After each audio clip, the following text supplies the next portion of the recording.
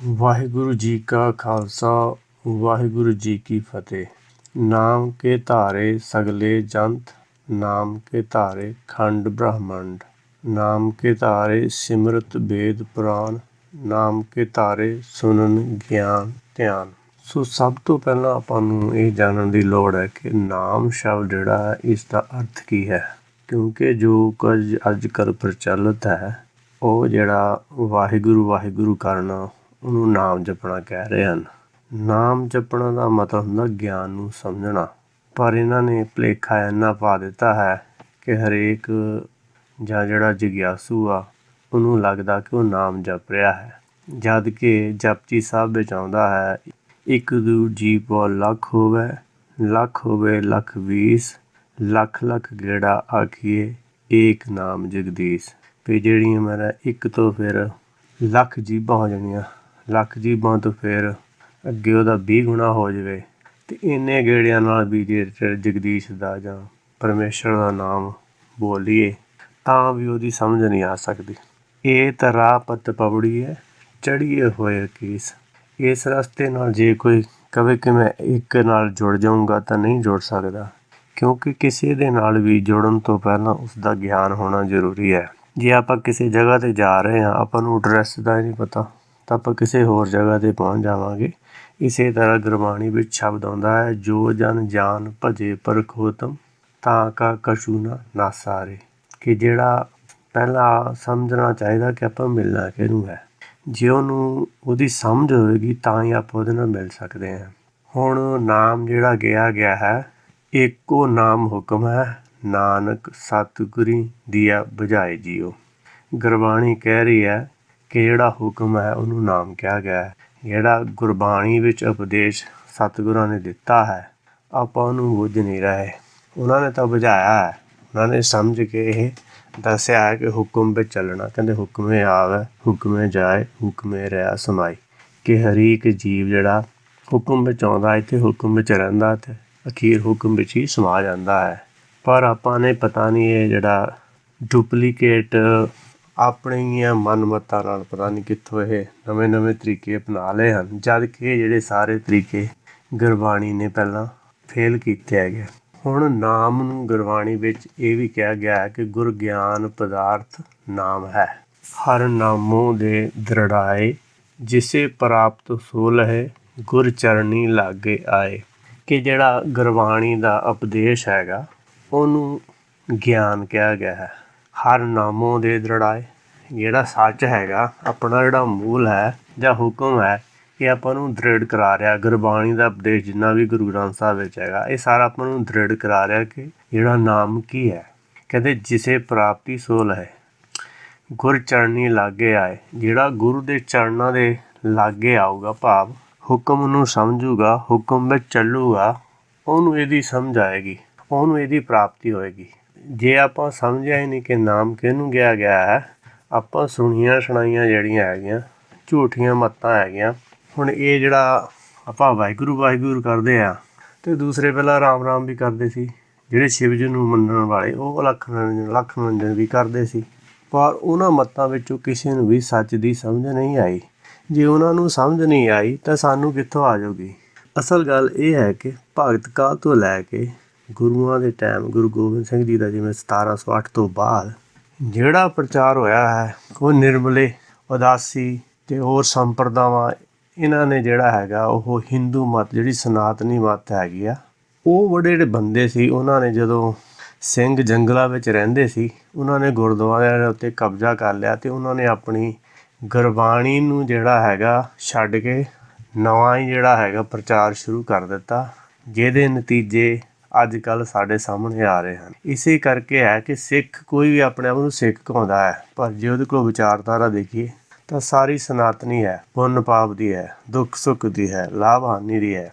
ਜਿਹੜੇ ਸਾਡੇ ਸਿੰਘ ਪਹਿਲਾਂ ਗੁਰਬਾਣੀ ਦਾ ਉਪਦੇਸ਼ ਲੈ ਕੇ ਸ਼ਹੀਦੀਆਂ ਪ੍ਰਾਪਤ ਕਰ ਗਏ, ਖੋਪੜੀਆਂ ਲਹਾ ਲਈਆਂ, ਬੰਦ ਕਟਵਾ ਲਿਆ, ਪਰ ਅੱਜ ਦੇ ਜਿਹੜੇ ਸਿੱਖ ਹੈਗੇ ਆ ਇੱਥੋਂ ਤੱਕ ਤਾਂ ਗੁਰਬਾਣੀ ਨੂੰ ਮੰਨਣ ਲਈ ਤਿਆਰ ਨਹੀਂ ਹੈਗੇ। ਗੁਰਬਾਣੀ ਤਾਂ ਮੰਨ ਹੀ ਨਹੀਂ ਰਹੇ। ਸਾਖੀਆਂ, ਸੂਰਜ ਗ੍ਰੰਥ, ਪੰਥ ਪ੍ਰਕਾਸ਼, ਗੁਰੂ ਬਿਲਾਸ ਪਾਤਸ਼ਾਹੀ ਛੇਵੀਂ, ਜਿਹੜੀਆਂ ਮਨਮਤੀਆਂ ਨੇ ਬੁੱਕਾਂ ਲਿਖੀਆਂ ਹਨ, ਕਿਤਾਬਾਂ ਜਿਹੜੀਆਂ ਲਿਖੀਆਂ ਹਨ ਉਹਦਾ ਹੀ ਪ੍ਰਚਾਰ ਕਰੀ ਜਾਂਦੇ ਹੈਗੇ। ਸਾਡੀ ਬੁੱਧੀ ਜਿਹੜੀ ਹੈਗੀ ਆ ਉਹ ਗੁਰਬਾਣੀ ਵਾਲੀ ਨਹੀਂ ਹੈਗੀ ਆ। ਗੁਰਬਾਣੀ ਦਾ ਵਿਚਾਰ ਹੈ ਗੁਰ ਕੀ ਮਤੁ ਲੈ ਆਨੇ, ਭਗਤੀ ਬਿਨਾ ਬਹੁ ਡੂਬੇ ਸਿਆਣੇ। ਅਤੇ ਗੁਰੂ ਦੀ ਮੱਤ, ਗਿਆਨ ਦੀ ਮੱਤ, ਜਿਹੜਾ ਗੁਰਬਾਣੀ ਦਾ ਉਪਦੇਸ਼ ਆ ਉਹਨੂੰ ਲੈ, ਉਹਨੂੰ ਸਮਝ, ਉਹਦੇ ਅਨੁਸਾਰ ਚੱਲ, ਤਾਂ ਕੁਛ ਤੇਰਾ ਜਿਹੜਾ ਹੈਗਾ ਜੀਵਨ ਸਫਲ ਹੋ ਸਕਦਾ ਹੈ। ਪਰ ਅਸੀਂ ਤਾਂ ਇਹ ਜਿਹੜੀਆਂ ਵੀ ਚੀਜ਼ਾਂ ਦਿਖਦੀਆਂ ਹਨ, ਅੱਖਾਂ ਨਾਲ ਦਿਸਦਾ ਹੈਗਾ, ਉਹਨੂੰ ਗੁਰਬਾਣੀ ਮਾਇਆ ਕਹਿੰਦੀ ਹੈ। ਦ੍ਰਿਸ਼ਟਮਾਨ ਸਗਲ ਮਥੇਨਾ, ਜੋ ਕੁਛ ਦਿਸਦਾ ਹੈਗਾ ਸਾਰਾ ਮਿੱਥਿਆ ਹੈ, ਝੂਠ ਹੈਗਾ। ਤਾਂ ਅਸੀਂ ਤਾਂ ਉਹਦਾ ਹੀ ਪ੍ਰਚਾਰ ਕਰੀ ਜਾਂਦੇ ਹੈਗੇ।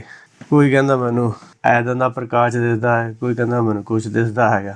ਹੁਣ ਸੰਗਤ ਨੂੰ ਇਹ ਸਮਝਣ ਦੀ ਲੋੜ ਹੈ ਕਿ ਕੀ ਇਹ ਜਿਹੜੇ ਪ੍ਰਚਾਰ ਕਰ ਰਹੇ ਹਨ ਕਿ ਇਹ ਗੁਰਬਾਣੀ ਅਨੁਸਾਰ ਹੈ। ਜੇ ਆਪਾਂ ਅੱਜ ਨਹੀਂ ਸਮਝੇ ਤਾਂ ਆਪਾਂ ਹਜ਼ਾਰਾਂ ਹੀ ਸਾਲ ਪਿੱਛੇ ਹੋਰ ਸਿੱਖੀ ਚਲੇ ਜਾਵੇਗੀ। ਜਿਹੜੇ ਆਪਾਂ ਨੂੰ ਸਿੱਖ ਸਮਝਦੇ, ਆਪਾਂ ਸਿੱਖ ਸਿਰਫ ਪਹਿਰਾਵੇ ਨੂੰ ਸਮਝ ਰਹੇ ਹਾਂ। ਆਪਣੇ ਕੋਲ ਫਿਲਾਸਫੀ ਸਿੱਖੀ ਵਾਲੀ ਨਹੀਂ ਹੈ। ਅਤੇ ਜੇ ਫਿਲਾਸਫੀ ਸਿੱਖੀ ਵਾਲੀ ਨਹੀਂ ਹੈ ਤਾਂ ਆਪਾਂ ਸਿੱਖ ਨਹੀਂ ਹੈ, ਕਿਉਂਕਿ ਗੁਰਬਾਣੀ ਦਾ ਵਚਨ ਹੈ ਸਿੱਖੀ ਸਿੱਖਿਆ ਗੁਰ ਵਿਚਾਰ, ਨਦਰੀ ਕਰਮ ਲੰਘਾਏ ਪਾਰ। ਅਤੇ ਜੇ ਤਾਂ ਗੁਰੂ ਵਾਲੀ ਵਿਚਾਰਧਾਰਾ ਹੈ ਤਾਂ ਸਿੱਖ ਹੈਗਾ, ਅਤੇ ਜੇ ਸ਼ਿਵ ਜੀ ਵਾਲੀ ਹੈ ਤਾਂ ਉਹ ਸ਼ਿਵ ਦਾ ਸਿੱਖ ਹੈਗਾ, ਅਤੇ ਜੇ ਸਨਾਤਨੀ ਮੱਤ ਆ ਤਾਂ ਸਨਾਤਨੀ ਮੱਤ ਦਾ ਸਿੱਖ ਹੈਗਾ। ਇਸੇ ਕਰਕੇ ਜਿਨ੍ਹਾਂ ਨੇ ਟੀਕੇ ਲਿਖੇ ਹਨ, ਜਿਵੇਂ ਪੰਡਿਤ ਨਰੋਤਮ ਸਿੰਘ, ਜਿਹੜਾ ਪਹਿਲਾਂ ਹੀ ਪੰਡਿਤ ਹੈਗਾ, ਤਾਂ ਉਹਦੇ ਕੋਲ ਤਾਂ ਫਿਰ ਪੰਡਿਤ ਵਾਲੀ ਬੁੱਧੀ ਹੋਏਗੀ। ਇਵੇਂ ਜਿਹੜਾ ਅੱਜ ਕੱਲ੍ਹ ਤੁਸੀਂ ਸੁਣਿਆ ਹੋਊਗਾ ਗਿਆਨੀ ਸ਼ੇਰ ਸਿੰਘ, ਗਿਆਨੀ ਸ਼ੇਰ ਸਿੰਘ ਪ੍ਰਚਾਰ ਕਰਦਾ ਹੈਗਾ ਖਾਲਸੇ ਦਾ, ਆਪਣੇ ਆਪ ਨੂੰ ਪ੍ਰਚਾਰ ਕਰਨ ਵਾਲਾ ਮੰਨਦਾ ਹੈ, ਪਰ ਉਹਦੇ ਕੋਲ ਜਿਹੜੀ ਵਿਚਾਰਧਾਰਾ ਤਾਂ ਉਹ ਉਦਾਸੀਆਂ ਵਾਲੀ ਹੈ, ਨਿਰਮਲਿਆਂ ਵਾਲੀ ਹੈ। ਤਾਂ ਫਿਰ ਉਹ ਖਾਲਸੇ ਦਾ ਪ੍ਰਚਾਰ ਕਿਵੇਂ ਕਰ ਸਕਦਾ ਹੈਗਾ? ਜੇ ਪਹਿਰਾਵੇ ਨੂੰ ਸਿੱਖ ਮੰਨਦੇ ਤਾਂ ਉਹ ਖਾਲਸਾ ਮੰਨਿਆ ਜਾ ਸਕਦਾ ਹੈ, ਸਿੱਖ ਮੰਨਿਆ ਜਾ ਸਕਦਾ ਹੈ। ਪਰ ਜੇ ਵਿਚਾਰਧਾਰਾ ਦੇ ਤੌਰ 'ਤੇ ਦੇਖਾਂਗੇ ਤਾਂ ਉਹਦੇ ਕੋਲ ਸਨਾਤਨੀ ਮੱਤ ਹੈਗੀ ਆ। ਇਸੇ ਕਰਕੇ ਉਹਦੇ ਕੋਲ ਸਨਾਤਨੀ ਮੱਤਾਂ ਵਾਲੇ ਬੰਦਿਆਂ ਨਾਲ ਸੰਬੰਧ ਹੈਗੇ ਆ, ਕਿਉਂਕਿ ਕਿਸੇ ਵੀ ਬੰਦੇ ਦੀ ਵਿਚਾਰਧਾਰਾ ਦੀ ਹੈ ਜਿਹਦੇ ਨਾਲ ਉਹਦੇ ਵਿਚਾਰ ਮਿਲਦੇ ਹਨ, ਉਹ ਉਹਦੇ ਕੋਲ ਹੀ ਜਾਂਦਾ ਹੈ। ਜਿਸ ਦਾ ਵੀ ਗੁਰਬਾਣੀ ਨਾਲ ਬਣਦੀ ਹੈ ਉਹ ਗੁਰਬਾਣੀ ਦੀ ਗੱਲ ਕਰਦਾ ਹੈ। ਗੁਰਬਾਣੀ ਦੇ ਨਾਲ ਵਿਚਾਰ ਨਹੀਂ ਮਿਲਦੇ, ਥਾਟਸ ਨਹੀਂ ਮਿਲਦੇ, ਉਹ ਹੋਰ ਕੋਈ ਸਾਖੀਆਂ ਪੜ੍ਹ ਕੇ ਸੁਣਾਉਂਦਾ ਹੈ, ਕਿਉਂਕਿ ਉਹਦੇ ਕੋਲ ਸਾਖੀਆਂ ਵਾਲੀ ਮੱਤ ਹੈਗੀ ਹੈ। ਹੁਣ ਤੁਸੀਂ ਦੇਖਿਆ ਹੋਵੇਗਾ ਗੁਰਦੁਆਰਿਆਂ ਵਿੱਚ ਤੁਸੀਂ ਰੋਜ਼ ਜਾਂਦੇ ਹੋਏਗੇ, ਅਸੀਂ ਵੀ ਜਾਂਦੇ ਸੀਗੇ, ਪਰ ਗੁਰਦੁਆਰਿਆਂ ਦੇ ਵਿੱਚ ਕੀ ਹੈਗੇ ਆ? ਗੁਰਬਾਣੀ ਦਾ ਕਦੀ ਪ੍ਰਚਾਰ ਸੁਣਿਆ? ਗੁਰੂ ਗ੍ਰੰਥ ਸਾਹਿਬ ਦੀ ਕਿਸੇ ਨੇ ਇੱਕ ਲਾਈਨ ਦੀ ਵੀ ਵਿਆਖਿਆ ਕੀਤੀ ਹੈ? ਕਿਤੇ ਇੱਕ ਅੱਧੀ ਲਾਈਨ ਦੀ ਵਿਆਖਿਆ ਉਹ ਵੀ ਟੀਕੇ ਤੋਂ ਪੜ੍ਹ ਕੇ ਸੁਣਾਉਂਦੇ ਹਨ, ਪਰ ਅਸਲ ਵਿਆਖਿਆ ਨਹੀਂ ਹੈਗੀ ਆ। ਉੱਥੇ ਸੂਰਜ ਪ੍ਰਕਾਸ਼ ਗ੍ਰੰਥ ਦੀ ਸ਼ਾਮ ਨੂੰ ਕਥਾ ਕਰੀ ਜਾਂਦੇ ਹਨ, ਜਦ ਕਿ ਉਹ ਇਸੇ ਕਰਕੇ ਪ੍ਰਚਲਿਤ ਕੀਤੇ ਗਏ ਸੀ ਕਿ ਲੋਕਾਂ ਨੂੰ ਗੁਰਬਾਣੀ ਨਾਲੋਂ ਤੋੜ ਕੇ ਅਤੇ ਇਹਨਾਂ ਸਾਖੀਆਂ ਦੇ ਨਾਲ, ਇਤਿਹਾਸ ਦੇ ਨਾਲ ਜੋੜਿਆ ਜਾਵੇ, ਤਾਂ ਕਿ ਸਿੱਖਾਂ ਨੂੰ ਕਦੀ ਪਤਾ ਹੀ ਨਾ ਲੱਗੇ ਕਿ ਸਾਡੇ ਗੁਰੂਆਂ ਨੇ ਗੁਰਬਾਣੀ ਵਿੱਚ ਕੀ ਉਪਦੇਸ਼ ਦਿੱਤਾ ਹੈ। ਜਿਹੜਾ ਉਪਦੇਸ਼ ਦਿੱਤਾ ਹੈ ਉਹਨੂੰ ਸਮਝਦੇ ਵਿੱਚ ਜਿਹੜੀ ਸਮਝ ਆਉਣੀ ਹੈ ਉਹਨੂੰ ਨਾਮ ਕਿਹਾ ਗਿਆ ਹੈ। ਨਾਮ ਹੀ ਹੁਕਮ ਹੈਗਾ। ਹੁਕਮ ਜਿਹੜਾ ਹੈਗਾ, ਜਿਹੜਾ ਗੁਰਬਾਣੀ ਦਾ ਸਾਰਾ ਉਪਦੇਸ਼ ਹੁਕਮ ਹੀ ਤਾਂ ਹੈ, ਉਹਨੂੰ ਤਾਂ ਅਸੀਂ ਸਮਝਣਾ ਹੈ, ਉਹਨੂੰ ਸਮਝ ਕੇ ਉਹਦੇ ਅਨੁਸਾਰ ਆਪਣਾ ਜੀਵਨ ਢਾਲਣਾ ਹੈ। ਪਰ ਜੇ ਆਪਾਂ ਉਹਨੂੰ ਤਾਂ ਸਮਝਦੇ ਹੀ ਨਹੀਂ ਹੈਗੇ ਅਤੇ ਜਿਹੜੀਆਂ ਸੁਣੀਆਂ ਸੁਣਾਈਆਂ ਗੱਲਾਂ ਹੈਗੀਆਂ ਉਹਨਾਂ ਦੇ ਪਿੱਛੇ ਲੱਗ ਕੇ ਉਹਨੂੰ ਹੀ ਸਿੱਖੀ ਸਮਝੀ ਜਾਂਦੇ ਆ, ਉਹਨੂੰ ਹੀ ਧਰਮ ਸਮਝੀ ਜਾਂਦੇ ਹਨ।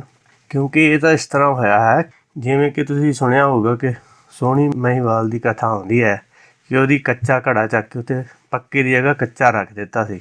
ਇਸੇ ਤਰ੍ਹਾਂ ਜਿਹੜਾ ਸਿੱਖਾਂ ਦੇ ਵਿੱਚ ਜਿਹੜਾ ਅਸਲੀ ਸਿੱਖੀ ਦਾ ਪ੍ਰਚਾਰ ਸੀ, ਜੋ ਗੁਰਬਾਣੀ ਦਾ ਉਪਦੇਸ਼ ਦਾ ਪ੍ਰਚਾਰ ਸੀ, ਉਹਨੂੰ ਚੱਕ ਕੇ ਸਾਖੀਆਂ ਦਾ ਜਿਹੜਾ ਪ੍ਰਚਾਰ ਰੱਖਿਆ ਗਿਆ ਹੈਗਾ, ਸਾਡੇ ਸਾਹਮਣੇ ਪਰੋਸਿਆ ਗਿਆ ਹੈ। 1708 ਤੋਂ ਲੈ ਕੇ ਹੁਣ ਤੱਕ ਕਿਤੇ ਕਿਤੇ ਹੈ ਕੋਈ ਗੁਰਮੁਖ ਹੁੰਦਾ, ਉਹ ਆਪਣੀ ਗੱਲ ਕਰਨ ਦੀ ਕੋਸ਼ਿਸ਼ ਕਰਦਾ ਹੈ, ਪਰ ਉਹਨੂੰ ਆਮ ਤੌਰ 'ਤੇ ਲੋਕ ਸੁਣਦੇ ਹੀ ਨਹੀਂ, ਕਹਿੰਦੇ ਇਹ ਤਾਂ ਸਿੱਖੀ ਹੈ ਹੀ ਨਹੀਂ। ਕਿਉਂਕਿ ਜਿਹੜੀ ਉਹਨਾਂ ਨੇ ਸੁਣੀ ਹੈ ਸਿੱਖੀ ਉਹ ਉਹਦੇ ਕੋਲ ਨਹੀਂ ਹੈ, ਉਹਦੇ ਕੋਲ ਸੱਚ ਹੈ, ਪਰ ਆਪਾਂ ਝੂਠ ਦੇ ਲੱਗੇ ਹੋਏ ਹਾਂ। ਇਸ ਕਰਕੇ ਆਪਾਂ ਉਹਨੂੰ ਨਹੀਂ ਸੁਣਦੇ ਜਾਂ ਉਹਨੂੰ ਨਹੀਂ ਸਮਝਣ ਦੀ ਕੋਸ਼ਿਸ਼ ਕਰਦੇ। ਪਰ ਅੰਤ ਨਿਬੇੜਾ ਤੇਰੇ ਜੀਅ ਪੈ ਲੀਜੇ, ਆਖੀਰੀ ਜਿਹੜਾ ਨਿਬੇੜਾ ਹੋਣਾ ਹਰੇਕ ਜੀਵ ਨੂੰ ਮੂਲ ਨੂੰ ਦੇਣਾ ਪੈਣਾ ਹੈਗਾ। ਜਿਵੇਂ ਕਿ ਗੁਰਬਾਣੀ ਦਾ ਵਚਨ ਹੈ, ਜੇ ਕੋ ਸਿੱਖ ਗੁਰ ਸੇਤੀ ਸਨਮੁਖ ਹੋਵੇ ਸਨਮੁਖ ਸਿੱਖ ਕੋਈ, ਜਿਉ ਰਹੇ ਗੁਰ ਨਾਲੇ। ਜਿਹੜਾ ਗੁਰਬਾਣੀ ਦੇ ਉਪਦੇਸ਼ ਦੇ ਨਾਲ ਰਹੂਗਾ ਉਹੀ ਗੁਰੂ ਨੂੰ ਸਨਮੁਖ ਹੈਗਾ, ਉਹੀ ਹੁਕਮ ਨੂੰ ਸਨਮੁਖ ਹੈਗਾ। ਜਿਹੜਾ ਦੂਸਰਾ ਹੈਗਾ ਸੁਣੀਆਂ ਸੁਣਾਈਆਂ ਗੱਲਾਂ ਦੇ ਆਧਾਰ 'ਤੇ ਹੈ, ਕਹਿੰਦੇ ਸਤਿਗੁਰ ਬਾਝੋਂ ਮੁਕਤ ਨਾ ਪਾਏ, ਪੁੱਛੋ ਵਿਵੇਕਿਆ ਜਾਏ। ਜਿੰਨਾ ਸਾਰ ਮਰਜ਼ੀ ਉਹ ਆਪਣਾ ਇੱਧਰ ਉੱਧਰ ਘੁੰਮੀ ਜਾਵੇ, ਫਿਰ ਵੀ ਉਹ ਜਿਹੜੀ ਮੁਕਤੀ ਹੋਣੀ ਆ ਉਹ ਗੁਰਬਾਣੀ ਦਾ ਉਪਦੇਸ਼ ਲੈ ਕੇ ਹੀ ਹੋਣੀ ਆ। ਜਿਹਨੂੰ ਮਰਜ਼ੀ ਪੁੱਛ ਲਓ, ਗੁਰਬਾਣੀ ਕਹਿ ਰਹੀ ਹੈਗੀ ਆ। ਇਹ ਸਮਝਣ ਵਾਲੀ ਗੱਲ ਹੈ। ਕਹਿੰਦੇ ਜੇ ਕੋ ਸਿੱਖ ਗੁਰ ਸੇਤੀ ਸਨਮੁਖ ਹੋਵੇ ਸਨਮੁਖ ਸਿੱਖ ਕੋਈ, ਜਿਉ ਰਹੇ ਗੁਰ ਨਾਲੇ। ਹੁਣ ਜਿਹੜਾ ਗੁਰੂ ਦੇ ਨਾਲ ਰਹੂਗਾ ਉਹਨੂੰ ਸਮਝ ਪੈਣੀ ਆ, ਬਾਕੀਆਂ ਨੂੰ ਨਹੀਂ ਪੈਣੀ। ਇਸੇ ਕਰਕੇ ਅੱਜ ਕੱਲ੍ਹ ਕਹਿੰਦੇ ਆ ਕਿ ਸਿੱਖ ਕ੍ਰਿਸਚੀਅਨ ਬਣਦੇ ਜਾ ਰਹੇ ਹਨ। ਕ੍ਰਿਸਚੀਅਨ ਤਾਂ ਬਣਨਗੇ ਹੀ ਹੈਗੇ। ਜਦ ਅਸੀਂ ਸਹੀ ਸਿੱਖੀ ਦਾ ਪ੍ਰਚਾਰ ਹੀ ਨਹੀਂ ਕਰ ਰਹੇ ਤਾਂ ਕ੍ਰਿਸਚੀਅਨ ਤਾਂ ਬਣਨਾ ਹੀ ਹੈ। ਉਹਨਾਂ ਨੂੰ ਹੋ ਸਕਦਾ ਇਹਨਾਂ ਦੇ ਨਾਲੋਂ ਚੰਗਾ ਲੱਗਦਾ ਹੋਗਾ, ਪਰ ਜਿਹੜਾ ਸਿੱਖ ਹੈਗਾ ਜਿਹਦੇ ਕੋਲ ਗੁਰਬਾਣੀ ਦਾ ਉਪਦੇਸ਼ ਹੈ ਉਹਨੂੰ ਤਾਂ ਖੋਪੜੀਆਂ ਲਾਤੀਆਂ, ਆਰਿਆਂ ਨਾਲ ਚਰਵਾਏ ਗਏ ਹੈਗੇ ਆ। ਇਹ ਜਿਹੜੇ ਹੈਗੇ ਬਣ ਵੀ ਰਹੇ ਹਨ ਤਾਂ ਉਹਦੇ 'ਚ ਕੋਈ ਫਰਕ ਨਹੀਂ, ਨਾ ਉਹ ਪਹਿਲਾਂ ਸਿੱਖ ਸੀ ਅਤੇ ਨਾ ਉੱਧਰ ਕੁਛ ਬਣਨ ਵਾਲੇ। ਉਹ ਤਾਂ ਲਾਲਚ ਦੇ ਬੱਸ ਵਿੱਚ ਹੈਗੇ ਆ ਕਿ ਜਿੱਧਰੋਂ ਲਾਲਚ ਪੂਰਾ ਹੋਇਆ ਉਸੇ ਮੜੀ 'ਤੇ ਜਾ ਕੇ ਦੀਵਾ ਜਗਾ ਦਿਓ। ਪਰ ਇਹਦੇ ਵਿੱਚ ਗਲਤੀ ਕਿਹਦੀ ਹੈ? ਗਲਤੀ ਪ੍ਰਚਾਰਕਾਂ ਦੀ ਹੈਗੀ, ਜਿਨ੍ਹਾਂ ਨੇ ਗਲਤ ਗੁਰਬਾਣੀ ਦਾ ਪ੍ਰਚਾਰ ਕੀਤਾ ਹੈਗਾ। ਉਹਦੇ ਕਰਕੇ ਲੋਕ ਗੁਰਬਾਣੀ ਨਾਲੋਂ ਟੁੱਟ ਰਹੇ ਹੈ। ਗੁਰਬਾਣੀ ਤਾਂ ਸੱਚੀ ਬਾਣੀ ਹੈ। ਗੁਰਬਾਣੀ ਕਹਿ ਰਹੀ ਬਾਣੀ ਗੁਰੂ, ਗੁਰੂ ਹੈ ਬਾਣੀ, ਵਿੱਚ ਬਾਣੀ ਅੰਮ੍ਰਿਤ ਸਾਰੇ। ਬਾਣੀ ਕਹੇ ਸੇਵਕ ਜਨ ਮਾਨੇ, ਪ੍ਰਤੱਖ ਗੁਰੂ ਨਿਸਤਾਰੇ। ਬਾਣੀ ਤਾਂ ਕਹਿੰਦੀ ਹੈਗੀ, ਬਾਣੀ ਜਿਹੜੀ ਗੁਰੂ ਹੈਗੀ ਆ ਉਹ ਸਿੱਖ ਨੂੰ ਪ੍ਰਤੱਖ ਹੋ ਜਾਂਦੀ ਹੈਗੀ ਆ। ਪਰ ਪ੍ਰਤੱਖ ਕਿਉਂ ਨਹੀਂ ਹੋ ਰਹੀ? ਕਿਉਂਕਿ ਆਪਾਂ ਗੁਰਬਾਣੀ ਨੂੰ ਤਾਂ ਸਮਝ ਹੀ ਨਹੀਂ ਰਹੇ, ਆਪਾਂ ਤਾਂ ਹੋਰ ਹੀ ਚੀਜ਼ਾਂ ਪਿੱਛੇ ਲੱਗੇ ਹੋਏ ਹੈਗੇ ਆ। ਅਤੇ ਜਿਹੜਾ ਵੀ ਗੁਰਬਾਣੀ ਨੂੰ ਸਮਝੂਗਾ ਉਹਦੇ ਅੰਦਰੋਂ ਗਿਆਨ ਪ੍ਰਗਟ ਹੋ ਜੂਗਾ। ਇਹ ਪ੍ਰਤੱਖ, ਇਹ ਗੁਰਬਾਣੀ ਸੱਚੀ ਹੈਗੀ ਆ। ਗੁਰਬਾਣੀ ਕਹਿ ਰਹੀ ਹੈਗੀ ਕਿ ਬਾਣੀ ਬਿਰਲੋ ਵਿਚਾਰਸੀ, ਜੇ ਕੋਈ ਗੁਰਮੁਖੀ ਹੋਏ। ਇਹ ਬਾਣੀ ਮਹਾਂਪੁਰਖੀ ਨਿਜ ਘਰ ਵਾਸਾ ਹੋਏ। ਕਿ ਬਾਣੀ ਜਿਹੜੀ ਹੈ ਬਿਰਲਾ ਵਿਚਾਰਦਾ ਹੈ। ਜਿਹੜਾ ਵਿਚਾਰੂਗਾ ਉਹਦੀ ਅੱਖ ਖੁੱਲ੍ਹ ਜਾਊਗੀ, ਉਹਦੀ ਜਾਗਰਤ ਅਵਸਥਾ ਹੋ ਜਾਊਗੀ, ਉਹਦੇ ਆਪਣੇ ਮੂਲ ਦੇ ਨਾਲ ਬਣ ਜਾਊਗੀ, ਸੱਚ ਦੇ ਨਾਲ ਬਣ ਜਾਊਗੀ। ਹੁਣ ਜਿਹੜਾ ਸਤਿਨਾਮ ਤੇਰਾ ਪਰਾ ਪੂਰਬਲਾ, ਹੁਣ ਸੱਚ ਨਾਮ ਜਿਹੜਾ ਹੈਗਾ, ਜਿਹੜਾ ਸੱਚ ਦਾ ਗਿਆਨ ਹੈਗਾ, ਸਾਰੇ ਹੀ ਪਹਿਲਾਂ ਸੱਚ ਸਰੂਪ ਹੈਗੇ। ਸੱਚ ਤੋਂ ਹੀ ਇੱਕ ਤੇ ਸਭ ਦੂਜਾ ਹੋਆ, ਏਕੋ ਵਰਤੇ ਅਵਰਨਾ ਵੀ ਆ। ਦੂਜੇ ਤੇ ਜੇ ਏਕੋ ਜਾਣੇ, ਗੁਰ ਕੇ ਸ਼ਬਦ ਹਰ ਦਰ ਨਿਸ਼ਾਨੇ। ਹੁਣ ਹਰੇਕ ਜਿਹੜਾ ਜੀਵ ਹੈ ਸੱਚ ਵੱਲੋਂ ਉਹਦਾ ਧਿਆਨ ਜਿਹੜਾ ਉਹ ਝੂਠ ਵਿੱਚ ਗਿਆ ਹੈ, ਮਾਇਆ ਵਿੱਚ ਗਿਆ ਹੈ। ਮਾਇਆ ਦੀ ਕੋਈ ਚੀਜ਼ ਚੰਗੀ ਲੱਗੀ ਹੈ, ਉਹਦੇ ਕਰਕੇ ਉਹ ਮਾਇਆ ਦੇ ਨਾਲ ਉਹਦਾ ਧਿਆਨ ਲੱਗਣ ਕਰਕੇ ਇੱਧਰ ਫਸਿਆ ਹੈ। ਪਰ ਹੈਗਾ ਮੂਲ ਸਾਰਿਆਂ ਦਾ ਸੱਚ ਹੈ। ਇਸ ਕਰਕੇ ਜਿਹੜਾ ਸ਼ਬਦ ਨਾਮ ਕੇ ਧਾਰੇ ਆਊਗਾ, ਇਹਦਾ ਮਤਲਬ ਹੁਕਮ ਨੇ ਹੀ ਸਾਰਾ ਕੁਛ, ਸੱਚ ਨੇ ਹੀ ਸਭ ਕੁਛ ਧਾਰਨ ਕੀਤਾ ਹੈਗਾ। ਕੋਈ ਵੀ ਜਿਹੜੀ ਆਪਣੀ ਜੀਵ ਹੈਗਾ, ਚਾਹੇ ਕੀੜੀ ਆ, ਚਾਹੇ ਪਤੰਗਾ ਹੈ, ਜੋ ਵੀ ਹੈ ਜਿਹੜਾ ਲਾਈਵ ਹੈ, ਜਿਹੜਾ ਜਿਉਂਦਾ ਹੈ, ਜਾਂ ਅੰਡ ਜੇਲ ਉਤਪਜ ਸੇਤ ਸਭ ਮੈਂ ਜੋਤ ਸਮਾਣੀ। ਚਾਹੇ ਅੰਡੇ ਤੋਂ ਬਣੇ ਆ, ਚਾਹੇ ਉਤਪਜ ਹੈਗੀ ਆ ਫਸਲਬਾੜੀ ਹੈ, ਚਾਹੇ ਪਸੀਨੇ ਤੋਂ ਪੈਦਾ ਹੋਈ ਹੈ, ਅਤੇ ਚਾਹੇ ਜੇਲ ਤੋਂ, ਸਾਰਿਆਂ ਦੇ ਵਿੱਚ ਜੋਤ ਸਮਾਈ ਹੋਈ ਹੈ। ਸਾਰਿਆਂ ਵਿੱਚ ਸੱਚ ਸਮਾਇਆ ਹੈ। ਜਿੰਨਾ ਚਿਰ ਸੱਚ ਵਿੱਚ ਹੁੰਦਾ ਕਿਸੇ ਚੀਜ਼ ਦੇ, ਓਨਾ ਚਿਰ ਉਹ ਵੱਧਦਾ ਫੁੱਲਦਾ ਹੈ। ਜਦੋਂ ਉਹਦੇ 'ਚ ਸੱਚ ਨਿਕਲ ਜਾਂਦਾ ਹੈ ਫਿਰ ਉਹ ਤਾਂ 2-4 ਘੰਟਿਆਂ ਬਾਅਦ ਹੀ ਮੁਸ਼ਕ ਮਾਰਨ ਲੱਗ ਪੈਂਦੀ। ਜੇ ਕਿਸੇ ਦੀ ਬਾਡੀ ਜਦੋਂ ਮਰ ਜਾਂਦਾ ਤਾਂ ਉਹਦੀ ਵੇਟ ਕਰਦੇ ਕੋਈ ਬਾਹਰੋਂ ਆਉਣ ਵਾਲਾ, ਜਾਂ ਉਹਦੇ ਲਈ ਥੋੜ੍ਹਾ ਸਮਾਂ ਚਾਹੀਦਾ ਹੈ, ਤਾਂ ਮੁਸ਼ਕ ਮਾਰਨ ਲੱਗ ਪੈਂਦੀ। ਫਿਰ ਉਹਨੂੰ ਸਪੈਸ਼ਲ ਦਵਾਈਆਂ ਲਾ ਕੇ ਰੱਖਿਆ ਜਾਂਦਾ ਹੈ, ਕਿਉਂਕਿ ਜਿਹੜੀ ਚੀਜ਼ ਵਿੱਚ ਸੀਗੀ ਉਹਦੇ ਕਰਕੇ ਹੀ ਸਾਰਾ ਕੁਛ ਹੈ। ਉਹ ਸੱਚ ਹੈ ਅਤੇ ਉਹਨੂੰ ਹੀ ਨਾਮ ਕਿਹਾ ਗਿਆ ਹੈ। ਨਾਮ ਕੇ ਧਾਰੇ ਸਗਲੇ ਜੰਤ, ਨਾਮ ਕੇ ਧਾਰੇ ਖੰਡ ਬ੍ਰਹਮੰਡ। ਜਿੰਨੇ ਵੀ ਜੰਤ ਹਨ ਉਹ ਸਾਰੇ ਨਾਮ ਨੇ ਹੀ ਧਾਰਨ ਕੀਤੇ ਹੋਏ ਹਨ। ਅਤੇ ਜਿੰਨੇ ਵੀ ਖੰਡ ਅਤੇ ਬ੍ਰਹਮੰਡ, ਖੰਡ ਜਿਹੜਾ ਹੈਗਾ ਮਨ ਹੈ, ਬ੍ਰਹਮੰਡ ਜਿਹੜਾ ਉਹਦਾ ਮੂਲ ਹੈਗਾ, ਉਹ ਨਾਮ ਦੇ ਹੀ ਧਾਰਨ ਕੀਤੇ ਹਨ। ਕਿਉਂਕਿ ਹੁਕਮ ਦੇ ਵਿੱਚ ਹੀ ਸਾਰਾ ਕੁਛ ਹੈ। ਇੱਕ ਹੈਗਾ ਜੀਵ, ਇੱਕ ਹੈਗਾ ਜੰਤ। ਜਿਹੜਾ ਜੀਵ ਹੈ, ਜਿਹੜਾ ਸਾਹ ਲੈਂਦਾ ਹੈ, ਉਹਨੂੰ ਜੀਵ ਕਹਿੰਦੇ ਹਨ, ਅਤੇ ਜਿਹੜਾ ਸਰੀਰ ਹੈ ਉਹਨੂੰ ਜੰਤ ਕਿਹਾ ਗਿਆ। ਇਸੇ ਤਰ੍ਹਾਂ ਜਿਹੜਾ ਖੰਡ ਹੈਗਾ ਉਹ ਮਨ ਨੂੰ ਕਿਹਾ ਗਿਆ ਹੈ, ਅਤੇ ਬ੍ਰਹਮੰਡ ਜਿਹੜਾ ਉਹ ਚੇਤਨ ਨੂੰ ਕਿਹਾ ਗਿਆ ਹੈਗਾ। ਪਰ ਸਾਰਿਆਂ ਦਾ ਮੂਲ ਸੱਚ ਹੈਗਾ। ਜਿਵੇਂ ਕਿ ਗੁਰਬਾਣੀ ਦਾ ਬਚਨ ਆਉਂਦਾ ਹੈ, ਬੋਲੇ ਭਰਤਰੀ ਸਤ ਸਰੂਪ, ਪਰਮ ਤੰਤ ਮੈਂ ਰੇਖ ਨਾ ਰੂਪ। ਕਿ ਜਿਹੜਾ ਬੋਲਣ ਵਾਲਾ ਉਹ ਸੱਚ ਦਾ ਸਰੂਪ ਹੈ, ਸੱਚ ਨਹੀਂ, ਸੱਚ ਦਾ ਸਰੂਪ ਹੈ, ਉਹਦਾ ਰੇਖ ਰੂਪ ਨਹੀਂ। ਜਿਹਨੇ ਸਰੀਰ ਧਾਰਨ ਕਰ ਲਿਆ ਹੈਗਾ ਉਹ ਦਾਲ ਹੈ। ਕਿਉਂਕਿ ਉਹਦਾ ਮਾਇਆ ਵਿੱਚ ਧਿਆਨ ਹੋਣ ਕਰਕੇ, ਕੋਈ ਇੱਛਾ ਹੋਣ ਕਰਕੇ ਉਹਨੇ 2 ਹਿੱਸਿਆਂ ਵਿੱਚ ਵੰਡਿਆ ਗਿਆ ਹੈਗਾ, ਜੀਵ ਅਤੇ ਜੰਤ, ਖੰਡ ਅਤੇ ਬ੍ਰਹਮੰਡ। ਮਨ ਦੇ ਕਰਕੇ ਗਾ ਉਹ ਸਰੀਰ ਨੂੰ ਚਲਾਉਣ ਵਾਲਾ ਜਿਹੜਾ ਹੈਗਾ ਉਹ ਮਨ ਹੈਗਾ, ਪਰ ਜਿਹੜਾ ਜੰਤ ਹੈਗਾ ਸਰੀਰ ਨੂੰ ਜੰਤ ਕਿਹਾ ਗਿਆ ਹੈਗਾ। ਨਾਮ ਕੇ ਧਾਰੇ ਸਿਮਰਤ ਵੇਦ ਪੁਰਾਨ, ਨਾਮ ਕੇ ਧਾਰੇ ਸੁਨਨ ਗਿਆਨ ਧਿਆਨ। ਸਾਰੇ ਹੁਕਮ ਨੇ ਹੀ ਪੈਦਾ ਕੀਤੇ ਆ, ਜਾਂ ਹੁਕਮ ਨੇ ਹੀ ਧਾਰਨ ਕੀਤੇ ਹਨ। ਜਿੰਨੇ ਵੀ ਸਿਮਰਤੀ ਹੈਗੀ ਆ, ਵੇਦ ਹੈਗੇ ਆ, ਪੁਰਾਣ ਹੈਗੇ, ਜਿੰਨੇ ਵੀ ਤੁਸੀਂ ਗਿਆਨ ਜਾਂ ਧਿਆਨ ਸੁਣੇ ਹੈਗੇ ਆ, ਉਹ ਸਾਰੇ ਉਹ ਵੀ ਹੁਕਮ ਦੇ ਵਿੱਚ ਹੀ, ਹੁਕਮ ਦੁਆਰਾ ਹੀ ਪ੍ਰਗਟ ਹੋਏ ਹਨ। ਕਿਉਂਕਿ ਹਰੇਕ ਦਾ ਜਿਹੜਾ ਮੂਲ ਹੈ, ਵੇਦ ਪੁਰਾਣ ਸਿਮਰਤੀ ਬੁੱਝੇ ਮੂਲ। ਜਿਹੜਾ ਵੇਦ ਹੈਗਾ, ਜਿਹੜਾ ਸੱਚ ਦਾ ਗਿਆਨ ਹੈਗਾ, ਪੁਰਾਣ ਅਤੇ ਸਿਮਰਤੀ ਦਾ ਮੂਲ ਜਿਹੜਾ ਹੈਗਾ ਵੇਦ ਹੈਗਾ। ਵੇਦ ਤੋਂ ਗਾਹਾਂ ਪੈਦਾ ਹੋਏ ਹਨ। ਵੇਦ ਦਾ ਮਤਲਬ ਹੁੰਦਾ ਗਿਆਨ। ਸੱਚ ਦੇ ਗਿਆਨ ਦੇ ਵਿੱਚ ਹੀ ਗਾਹਾਂ ਜਿੰਨੀ ਜਿੰਨੀ ਮਿਲਾਵਟ ਹੋਈ ਉਹਦੇ ਕਰਕੇ ਜਿਹੜੇ ਧਰਮਾਂ ਦੇ ਵਿੱਚ ਉਹ ਕਮੀਆਂ ਆਈਆਂ ਹਨ। ਜਿੰਨੇ ਵੀ ਹੈਗੇ ਸਿਮਰਤੀ ਹੈਗੇ ਆ, ਵੇਦ ਪੁਰਾਣ ਹੈਗੇ ਆ, ਜਾਂ ਹੋਰ ਜਿੰਨੇ ਵੀ ਗਿਆਨ ਧਿਆਨ ਸੁਣਨ ਵਿੱਚ ਆਉਂਦੇ ਹੈਗੇ ਆ, ਸਾਰੇ ਉਹ ਹੁਕਮ ਦੇ ਵਿੱਚ ਹੀ ਹੁਕਮ ਨੂੰ ਚੰਗੀ ਤਰ੍ਹਾਂ ਨਾ ਸਮਝਣ ਕਰਕੇ ਆਪਾਂ ਆਪਣੀ ਬੁੱਧ ਚੇਤੀ ਵਰਨਤ ਭਿੰਨ ਭਿੰਨ ਤੋਂ ਤੇਤੀ ਕਰਕੇ ਉਹ ਵੱਖਰੇ ਵੱਖਰੇ ਉਹ ਰੂਪ ਉਹਦੇ ਬਣੇ ਹਨ। ਨਾਮ ਕੇ ਧਾਰੇ ਆਗਾਸ ਪਤਾਲ, ਨਾਮ ਕੇ ਧਾਰੇ ਸਗਲ ਆਕਾਰ। ਹੁਣ ਜਿੰਨੇ ਵੀ ਆਕਾਸ਼ ਹੈ, ਪਤਾਲ ਹੈ, ਇਹ ਸਾਰੇ ਹੁਕਮ ਨੇ ਧਾਰਨ ਕੀਤੇ ਹਨ, ਅਤੇ ਜਿੰਨੇ ਵੀ ਆਕਾਰ ਹੈਗੇ ਇਹ ਵੀ ਸਾਰੇ ਹੁਕਮ ਦੇ ਹੀ ਬਣਾਏ ਹੋਏ ਹਨ। ਨਾਮ ਕੇ ਧਾਰੇ ਪੁਰੀਆ ਸਭ ਭਵਨ, ਨਾਮ ਕੇ ਸੰਗੀ ਉਧਰੇ ਸੁਣੀ ਸਰਵਨ। ਪੁਰੀਆਂ ਜਾਂ ਭਵਨ ਹੈਗੇ ਆ ਉਹ ਸਾਰੇ ਨਾਮ ਨੇ ਧਾਰਨ ਕੀਤੇ ਹਨ।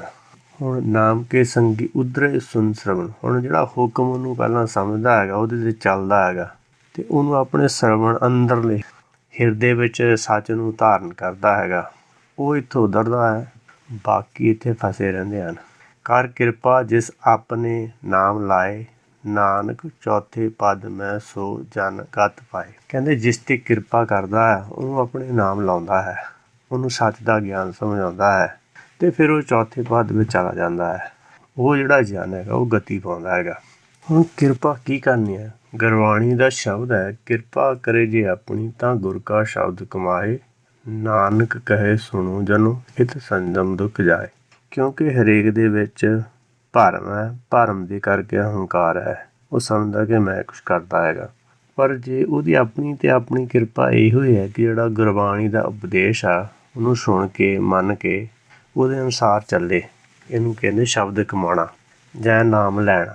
ਜੇ ਗੁਰਬਾਣੀ ਦੇ ਹੁਕਮ, ਗੁਰਬਾਣੀ ਨੂੰ ਪਹਿਲਾਂ ਸਮਝਿਆ ਬੁੱਝਿਆ ਹੈ, ਕਿਉਂਕਿ ਪੜ੍ਹਿਆ ਨਹੀਂ ਭੇਦ ਬੁੱਝਿਆ ਪਾਵਣਾ, ਜੇ ਪੜ੍ਹ ਕੇ ਬੁੱਝਿਆ ਹੈ, ਬੁੱਝ ਕੇ ਉਹਦੇ ਅਨੁਸਾਰ ਚੱਲਦਾ ਤਾਂ ਗੁਰ ਦਾ ਸ਼ਬਦ ਕਮਾ ਰਿਹਾ ਹੈਗਾ। ਅਤੇ ਨਾਨਕ ਜੀ ਕਹਿੰਦੇ ਹਨ ਕਿ ਹੇ ਭਾਈ ਜਾਂ ਜਨੋ ਇਹ ਸੁਣੋ, ਇਹ ਜਿਹੜਾ ਸੰਜਮ ਕਰਦਾ ਉਹਦੇ ਦੁੱਖ ਜਾਂਦੇ ਹਨ। ਇਸੇ ਤਰ੍ਹਾਂ ਕਰ ਕਿਰਪਾ ਜਿਸ ਆਪਨ ਨਾਮ ਦੇ, ਇਸੇ ਤਰ੍ਹਾਂ ਕਰ ਕਿਰਪਾ ਜਿਸ ਆਪਨ ਨਾਮ ਲਾਏ, ਨਾਨਕ ਚੌਥੇ ਪਦ ਮੈਂ ਸੋ ਜਨ ਗਤ ਪਾਏ। ਹੁਣ ਤੇ ਸਮਝਣਾ ਪਊਗਾ ਕਿ ਚੌਥਾ ਪਦ ਕੀ ਹੈ। ਗੁਰਬਾਣੀ ਦਾ ਵਚਨ ਹੈ, ਤ੍ਰੈ ਗੁਣ ਮੇਟੇ ਖਾਈਏ ਸਾਰ। ਜੇ ਆਪਾਂ ਤਿੰਨਾਂ ਗੁਣਾਂ ਨੂੰ ਮੇਟ ਦਈਏ ਤਾਂ ਆਪਾਂ ਨੂੰ ਸਾਰ ਗਿਆਨ ਦੀ ਸਮਝ ਆਉਂਦੀ ਹੈਗੀ ਆ ਕਿ ਜਿਹੜਾ ਪਹਿਲਾਂ ਤਾਂ ਆਪਾਂ ਰਜਗੁਣ, ਤਮਗੁਣ, ਸਤਗੁਣ ਕਹੀਏ, ਇਹ ਸਭ ਤੇਰੀ ਮਾਇਆ। ਕਿਉਂਕਿ ਆਮ ਤੌਰ 'ਤੇ ਤੁਸੀਂ ਸੰਤਾਂ ਤੋਂ ਸੁਣਿਆ ਹੈ ਕਿ ਸਤੋਗੁਣੀ ਅਵਸਥਾ ਬੜੀ ਚੰਗੀ ਹੈਗੀ ਆ। ਜਿਹੜਾ ਵੀ ਗੁਰਬਾਣੀ ਦਾ ਪਾਠ ਕਰਦਾ ਹੈ ਨਿਤਨੇਮੀ, ਉਹਨੂੰ ਸਤੋਗੁਣੀ ਕਹਿੰਦੇ ਹਨ। ਪਰ ਇਹ ਸਤੋਗੁਣ ਵਾਲੀ ਖਾਈ ਹੈਗੀ ਆ, ਇਹਦੇ 'ਚੋਂ ਬਾਹਰ ਨਿਕਲਣਾ ਹੈਗਾ।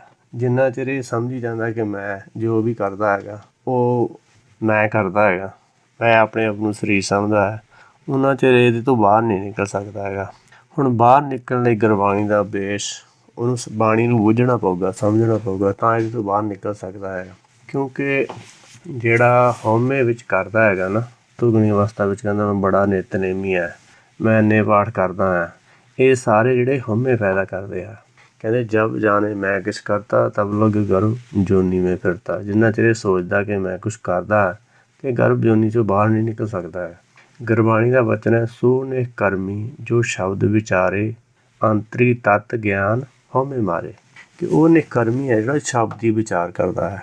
ਗੁਰ ਕੀ ਸੇਵਾ ਸ਼ਬਦ ਵਿਚਾਰ ਹੈ। ਹੁਣ ਇਹਦੇ ਜਦੋਂ ਸ਼ਬਦੀ ਵਿਚਾਰ ਕਰੂਗਾ ਉਹਦੇ ਅੰਦਰ ਗਿਆਨ ਪੈਦਾ ਹੋਊਗਾ ਕਿ ਮੈਂ ਤਾਂ ਕੁਛ ਹੈ ਨਹੀਂ ਗਾ, ਸਾਰਾ ਕੁਛ ਹੁਕਮ ਵਿੱਚ ਹੁੰਦਾ ਹੈ। ਉਹਦੇ ਨਾਲ ਇਹ ਹਉਮੈ ਮਰ ਸਕਦੀ ਹੈਗੀ, ਨਹੀਂ ਤਾਂ ਹਉਮੈ ਨਹੀਂ ਮਰਦੀ ਹੈਗੀ।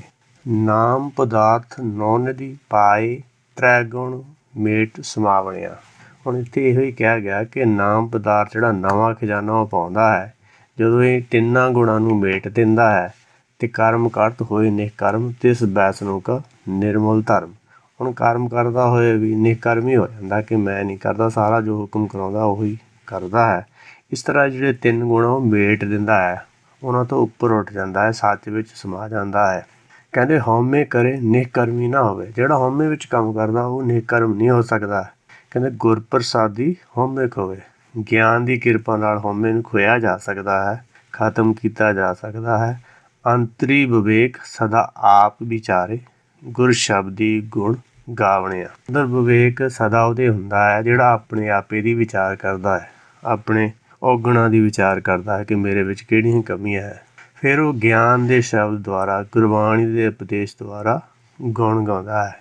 ਗੁਣ ਗਾਵਸ ਤੇਰੀ ਉਤਰ ਸਮੈਲ ਬਿਨ ਸਜਾਏ ਹਉਮੈ ਵਿਖਾਰ। ਕਿਉਂਕਿ ਗੁਣ ਗਾਉਣ ਦੇ ਨਾਲ ਜਿਹੜੀ ਅੰਦਰ ਹਉਮੈ ਦੀ ਮੈਲ ਆ ਉਹ ਮਿਟ ਜਾਂਦੀ ਹੈ। ਕਿਉਂਕਿ ਹੰਕਾਰੀ ਬੰਦਾ ਕਿਸੇ ਦੇ ਗੁਣ ਨਹੀਂ ਗਾ ਸਕਦਾ। ਉਹਦੇ ਬਾਰੇ ਗੁਰਬਾਣੀ ਦਾ ਬਚਨ ਹੁੰਦਾ, ਪ੍ਰਿਥਮੇ ਤਿਆਗੀ ਹਉਮੈ ਪ੍ਰੀਤ, ਦੂਤੀਆ ਤਿਆਗੀ ਲੋਗਾ ਰੀਤ। ਸਭ ਤੋਂ ਪਹਿਲਾਂ ਜਿਹੜੀ ਹਉਮੈ ਨਾਲ ਪ੍ਰੀਤ ਹੈਗੀ ਉਹ ਤਿਆਗਣੀ ਹੈਗੀ ਆ। ਦੂਸਰਾ ਜਿਹੜਾ ਹੈਗਾ ਉਹ ਲੋਗਾ ਰੀਤ, ਕਿ ਲੋਕ ਕੀ ਕਹਿਣਗੇ। ਹਉਮੈ ਕਰਕੇ ਆਪਾਂ ਕਈ ਕੰਮ ਕਰਦੇ ਹਾਂ ਕਿ ਲੋਕ ਮੈਨੂੰ ਵੱਡਾ ਕਹਿਣ। ਜਿਵੇਂ ਆਪਾਂ ਬੱਚੇ ਬੱਚੀਆਂ ਦੀਆਂ ਸ਼ਾਦੀਆਂ ਕਰਦੇ ਹਨ, ਹਉਮੈ ਦੇ ਕਰਕੇ ਵੱਡੇ ਵੱਡੇ ਹਾਲਾਂ 'ਚ ਵੱਧ ਤੋਂ ਵੱਧ ਖਰਚਾ ਕਰਨ ਦੀ ਕੋਸ਼ਿਸ਼ ਕਰਦੇ, ਉਹ ਹਉਮੈ ਹੀ ਹੈਗੇ ਆ। ਪਰ ਜੇ ਆਪਣੇ ਕੋਲ ਜਿੰਨਾ ਸਰਦਾ ਉਹਦੇ ਹਿਸਾਬ ਨਾਲ ਕਰਨਾ ਹੋਵੇ ਉਹ ਠੀਕ ਹੈਗਾ। ਜੇ ਤੁਸੀਂ ਜਿੰਨੀ ਤੁਹਾਡੀ ਗੁੰਜਾਇਸ਼ ਕਰ ਲਓ ਠੀਕ ਹੈ। ਪਰ ਜੇ ਲੋਕਾਂ ਦੇ ਵਿਖਾਵੇ ਲਈ ਕਰਦੇ ਹੈਗੇ ਆ ਤਾਂ ਫਿਰ ਉਹ ਲੋਗਾ ਰੀਤ ਹੈਗੀ ਆ, ਭਾਵੇਂ ਬਾਅਦ ਵਿੱਚ ਕਰਜ਼ੇ ਵਿੱਚ ਡੁੱਬ ਜਾਵੇ। ਇਸ ਕਰਕੇ ਜਿਹੜਾ ਦੂਜੇ ਨੰਬਰ 'ਤੇ ਹੈਗੀ ਆ ਉਹ ਲੋਗਾ ਰੀਤ ਨੂੰ ਛੱਡਣਾ ਹੈਗਾ। ਹਉਮੈ ਪ੍ਰੀਤ ਕੀ ਹੁੰਦੀ ਹੈ ਕਿ ਜਿਹੜਾ ਮੇਰੇ ਵਿਚਾਰ ਹੈਗੇ ਆ ਉਹ ਚੰਗੇ ਹਨ, ਭਾਵੇਂ ਉਹ ਗਲਤ ਹੀ ਹੋਣ। ਇਸ ਕਰਕੇ ਜਿਹੜਾ ਗੁਰਮੁਖੀ ਮਨ ਮਾਰਿਆ ਸ਼ਬਦ ਕਸਵੱਟੀ ਲਾਏ, ਗੁਰਬਾਣੀ ਦੀ ਕਸਵੱਟੀ ਲਾ ਕੇ ਦੇਖਣਾ ਹੈਗਾ ਕਿ ਇਹ ਜਿਹੜਾ ਵਿਚਾਰ ਹੈ ਠੀਕ ਹੈ ਜਾਂ ਗਲਤ ਹੈਗਾ, ਫਿਰ ਉਹਨੂੰ ਤਿਆਗਣਾ ਹੈਗਾ। ਇਸ ਤਰ੍ਹਾਂ ਹਉਮੈ ਨੂੰ ਹੌਲੀ ਹੌਲੀ ਕਰਕੇ ਉਹ ਛੱਡਿਆ ਜਾ ਸਕਦਾ ਹੈ। ਤ੍ਰੈ ਗੁਣ ਤਿਆਗ ਦੁਰਜਨ ਮੀਤ ਸਮਾਨੇ, ਤੁਰਿਆ ਗੁਣ ਮਿਲ ਸਾਧ ਪਛਾਨੇ। ਜਿਹੜੇ ਤ੍ਰੈ ਗੁਣ ਪਹਿਲਾਂ ਆਏ, ਰਜ ਗੁਣ, ਤਮ ਗੁਣ, ਸਤ ਗੁਣ ਕਹੀਏ, ਇਹ ਸਭ ਤੇਰੀ ਮਾਇਆ। ਹੁਣ ਰਜ ਗੁਣ ਜਿਹੜਾ ਹੁੰਦਾ ਹੈ ਉਹ ਗੁਣ ਦਾ ਮਤਲਬ ਹੁੰਦਾ ਕਿ ਤੁਸੀਂ ਸੱਚ ਵਾਲੇ ਪਾਸੇ ਵੀ ਜਾ ਸਕਦੇ ਅਤੇ ਝੂਠ ਵਾਲੇ ਪਾਸੇ 'ਤੇ ਵੀ ਜਾ ਸਕਦੇ ਆ। ਨਿਊਟਰਲ 'ਚ ਹੁੰਦੇ ਆ, ਜਿੱਧਰ ਦਾ ਗਿਆਨ ਮਿਲਿਆ ਉੱਧਰ ਜਾ ਸਕਦੇ ਆ। ਜਿਹੜਾ ਤਮੋ ਗੁਣੀ ਹੁੰਦਾ ਮੋਸਟਲੀ ਖਾਣ ਪੀਣ ਲਈ ਜਾਂ ਦੂਸਰਿਆਂ ਦੇ ਹੱਕ ਨੂੰ ਹੜਪਣ ਵਾਲੀ ਬੁੱਧੀ ਹੁੰਦੀ ਹੈ, ਜਾਂ ਹੜਪਣ ਦਾ ਹੀ ਅੰਦਰ ਵਿਚਾਰ ਰਹਿੰਦੇ ਆ। ਅਤੇ ਜਿਹੜਾ ਸਤਗੁਣ ਹੁੰਦਾ ਹੈਗਾ, ਸਤੋਗੁਣੀ ਅਵਸਥਾ 'ਚ ਬੰਦਾ ਧਾਰਮਿਕ ਕੰਮ ਕਰਨੇ ਚਾਹੁੰਦਾ ਹੈਗਾ, ਧਰਮ ਵੱਲ ਜਾਣਾ ਚਾਹੁੰਦਾ ਹੈਗਾ, ਅਤੇ ਪਰ ਉਹਨੂੰ ਇਹ ਗੁਣ ਸਮਝਦਾ ਹੈਗਾ। ਪਰ ਗੁਰਬਾਣੀ ਅਨੁਸਾਰ ਇਹ ਜਿਹੜੇ ਤਿੰਨੇ ਗੁਣ ਹੈਗੇ ਆ ਇਹ ਅਵਗੁਣ ਹੈਗੇ ਆ, ਤਾਂ ਇਹਨਾਂ ਨੂੰ ਮੇਟਣ ਦੀ ਗੁਰਬਾਣੀ ਗੱਲ ਕਰਦੀ ਹੈ। ਤਾਂ ਕਹਿੰਦੀ ਹੈ ਤ੍ਰੈ ਗੁਣ ਮੇਟੇ ਖਾਈਏ ਸਾਰ। ਹੁਣ ਜਿਹੜੇ ਤਿੰਨੇ ਗੁਣ ਹੈਗੇ ਇਹ ਜਦੋਂ ਆਪਣਾ ਧਿਆਨ ਤ੍ਰਿਕੁਟੀ ਵਿੱਚ ਰਹਿੰਦਾ ਹੈ, ਜਿਹੜੀ ਸੰਸਾਰ ਤੋਂ ਬੁੱਧੀ ਲਈ ਹੁੰਦੀ ਹੈ ਉਹਦੇ ਕਰਕੇ ਇਹ ਤਿੰਨਾਂ ਨੂੰ ਗੁਣ ਮੰਨਦਾ ਹੈ। ਪਰ ਜਦੋਂ ਗੁਰਮਤਿ ਵਾਲਾ ਗਿਆਨ ਲੈਂਦਾ ਹੈ ਤਾਂ ਇਹਨਾਂ ਨੂੰ ਛੱਡਦਾ ਹੈ, ਇਹਨਾਂ ਨੂੰ ਅਵਗੁਣ ਮੰਨਦਾ ਹੈ। ਇਸ ਤਰ੍ਹਾਂ ਜਿਹੜੇ ਤਿੰਨੇ ਗੁਣ ਛੱਡ ਕੇ ਫਿਰ ਜਿਹੜਾ ਚੌਥੇ ਪਦ ਨੂੰ ਸਮਝਣ ਦੀ ਕੋਸ਼ਿਸ਼ ਕਰਦਾ ਹੈਗਾ। ਅਤੇ ਤ੍ਰੈ ਗੁਣ ਤਿਆਗ, ਹੁਣ ਤਿੰਨੇ ਗੁਣ ਛੱਡੇ ਹੁੰਦੇ ਆ ਅਤੇ ਜਿਹੜੇ ਜਿਵੇਂ ਆਪਣਾ ਪਰਾਇਆ ਹੁੰਦਾ ਉਹ ਨਹੀਂ ਮੰਨਦਾ ਹੈਗਾ। ਉਹਨੂੰ ਪਤਾ ਹੈ ਕਿ ਜਮੀ ਜਮਾ ਕੇ ਵਿਖੇ ਸਮਸਤ ਏਕ ਜੋਤ ਹੈ, ਨਾ ਘਾਟ ਹੈ ਨਾ ਵਾੜ ਹੈ, ਨਾ ਵਾੜ ਘਾਟ ਹੋਤ ਹੈ। ਕਿ ਸਾਰੇ ਸੱਚ ਦੀਆਂ ਜੋਤਾਂ ਹਨ, ਜਾਂ ਇਹ ਵਿਸ਼ਵ ਸੰਸਾਰ ਤੋਂ ਦੇਖਦੇ ਹਰ ਕਾ ਰੂਪ ਹੈ, ਉਹ ਸਾਰਿਆਂ ਵਿੱਚ ਹਰ ਦਾ ਰੂਪ ਦੇਖਦਾ। ਇਸ ਕਰਕੇ ਸਾਰਿਆਂ ਨੂੰ ਮਿੱਤਰਾਂ ਦੇ ਬਰਾਬਰ ਹੀ ਸਮਝਦਾ ਹੈ। ਜਾਂ ਜਿਹੜੇ ਵਿਕਾਰ ਉਹ ਦੁਰਜਨ ਹਨ, ਉਹ ਆਪਾਂ ਨੂੰ ਦੁਰਮਤ ਵੱਲ ਜਾਂਦੇ ਹਨ, ਉਹਨਾਂ ਨੂੰ ਛੱਡ ਕੇ ਜਿਹੜੇ ਸੱਚੇ ਗੁਣ ਹੈਗੇ, ਗਿਆਨ ਵਿਚਾਰੇ ਸੋ ਗਿਆਨੀ ਹੋਏ, ਗੁਣ ਮੈਂ ਗਿਆਨ ਪ੍ਰਾਪਤ ਹੋਏ। ਗੁਣਾਂ ਦੀ ਵਿਚਾਰ ਕਰਦਾ ਹੈਗਾ, ਉਹਦੇ ਨਾਲ ਫਿਰ ਉਹ ਗੁਣ ਪੈਦਾ ਹੁੰਦੇ ਅੰਦਰ। ਇਹ ਜਿਹੜੇ ਤਿੰਨਾਂ ਗੁਣਾਂ ਨੂੰ ਛੱਡ ਕੇ ਫਿਰ ਗੁਣਾਂ ਦੀ ਵਿਚਾਰ ਕਰੇ, ਵਿਕਾਰਾਂ ਨੂੰ ਛੱਡੇ ਅਤੇ ਗੁਣਾਂ ਨੂੰ ਆਪਣੇ ਮਿੱਤਰ ਸਮਝਦਾ ਹੈਗਾ, ਉਹ ਫਿਰ ਤੁਰਿਆ ਗੁਣ ਚੌਥੇ ਪਦ ਦੀ ਪ੍ਰਾਪਤੀ ਉਹਨੂੰ ਹੁੰਦੀ। ਫਿਰ ਤੁਰਿਆ ਗੁਣ ਫਿਰ ਉਹਦਾ ਚੌਥੀ ਅਵਸਥਾ ਵਿੱਚ ਹੁੰਦਾ, ਚੌਥੇ ਪਦ ਵਿੱਚ ਹੁੰਦਾ ਹੈ। ਕਹਿੰਦੇ ਤੁਰਿਆ ਗੁਣ ਮਿਲ ਸਾਧ ਪਛਾਣੇ, ਆਪਣੇ ਮੂਲ ਨੂੰ ਪਛਾਣ ਲੈਂਦਾ ਹੈਗਾ, ਉਹਦੇ ਨਾਲ ਮਿਲ ਜਾਂਦਾ ਹੈਗਾ। ਜੋਤੀ ਜੋਤ ਮਿਲੀ ਸੰਪੂਰਨ ਥੀਆ ਰਾਮ। ਜਦੋਂ ਜਿਹੜਾ ਧਿਆਨ ਬਾਹਰਮੁਖੀ ਸੀ, ਤ੍ਰਿਕੁਟੀ ਵਿੱਚ ਸੰਸਾਰ ਨਾਲ ਜੁੜਦਾ ਸੀ, ਉੱਧਰੋਂ ਧਿਆਨ ਕੱਢ ਕੇ ਸ਼ਬਦ ਨਾਲ ਜੋੜਿਆ, ਸ਼ਬਦ ਦੀ ਵਿਚਾਰ ਕਰਦਾ ਹੈ ਆਪਣੇ ਹਿਰਦੇ ਵਿੱਚ, ਤਾਂ ਉਹ ਫਿਰ ਤੁਰਿਆ ਗੁਣ ਨੂੰ ਪ੍ਰਾਪਤ ਕਰਦਾ ਹੈ, ਜਾਂ ਚੌਥੀ ਅਵਸਥਾ ਨੂੰ ਪ੍ਰਾਪਤ ਕਰਦਾ ਹੈ।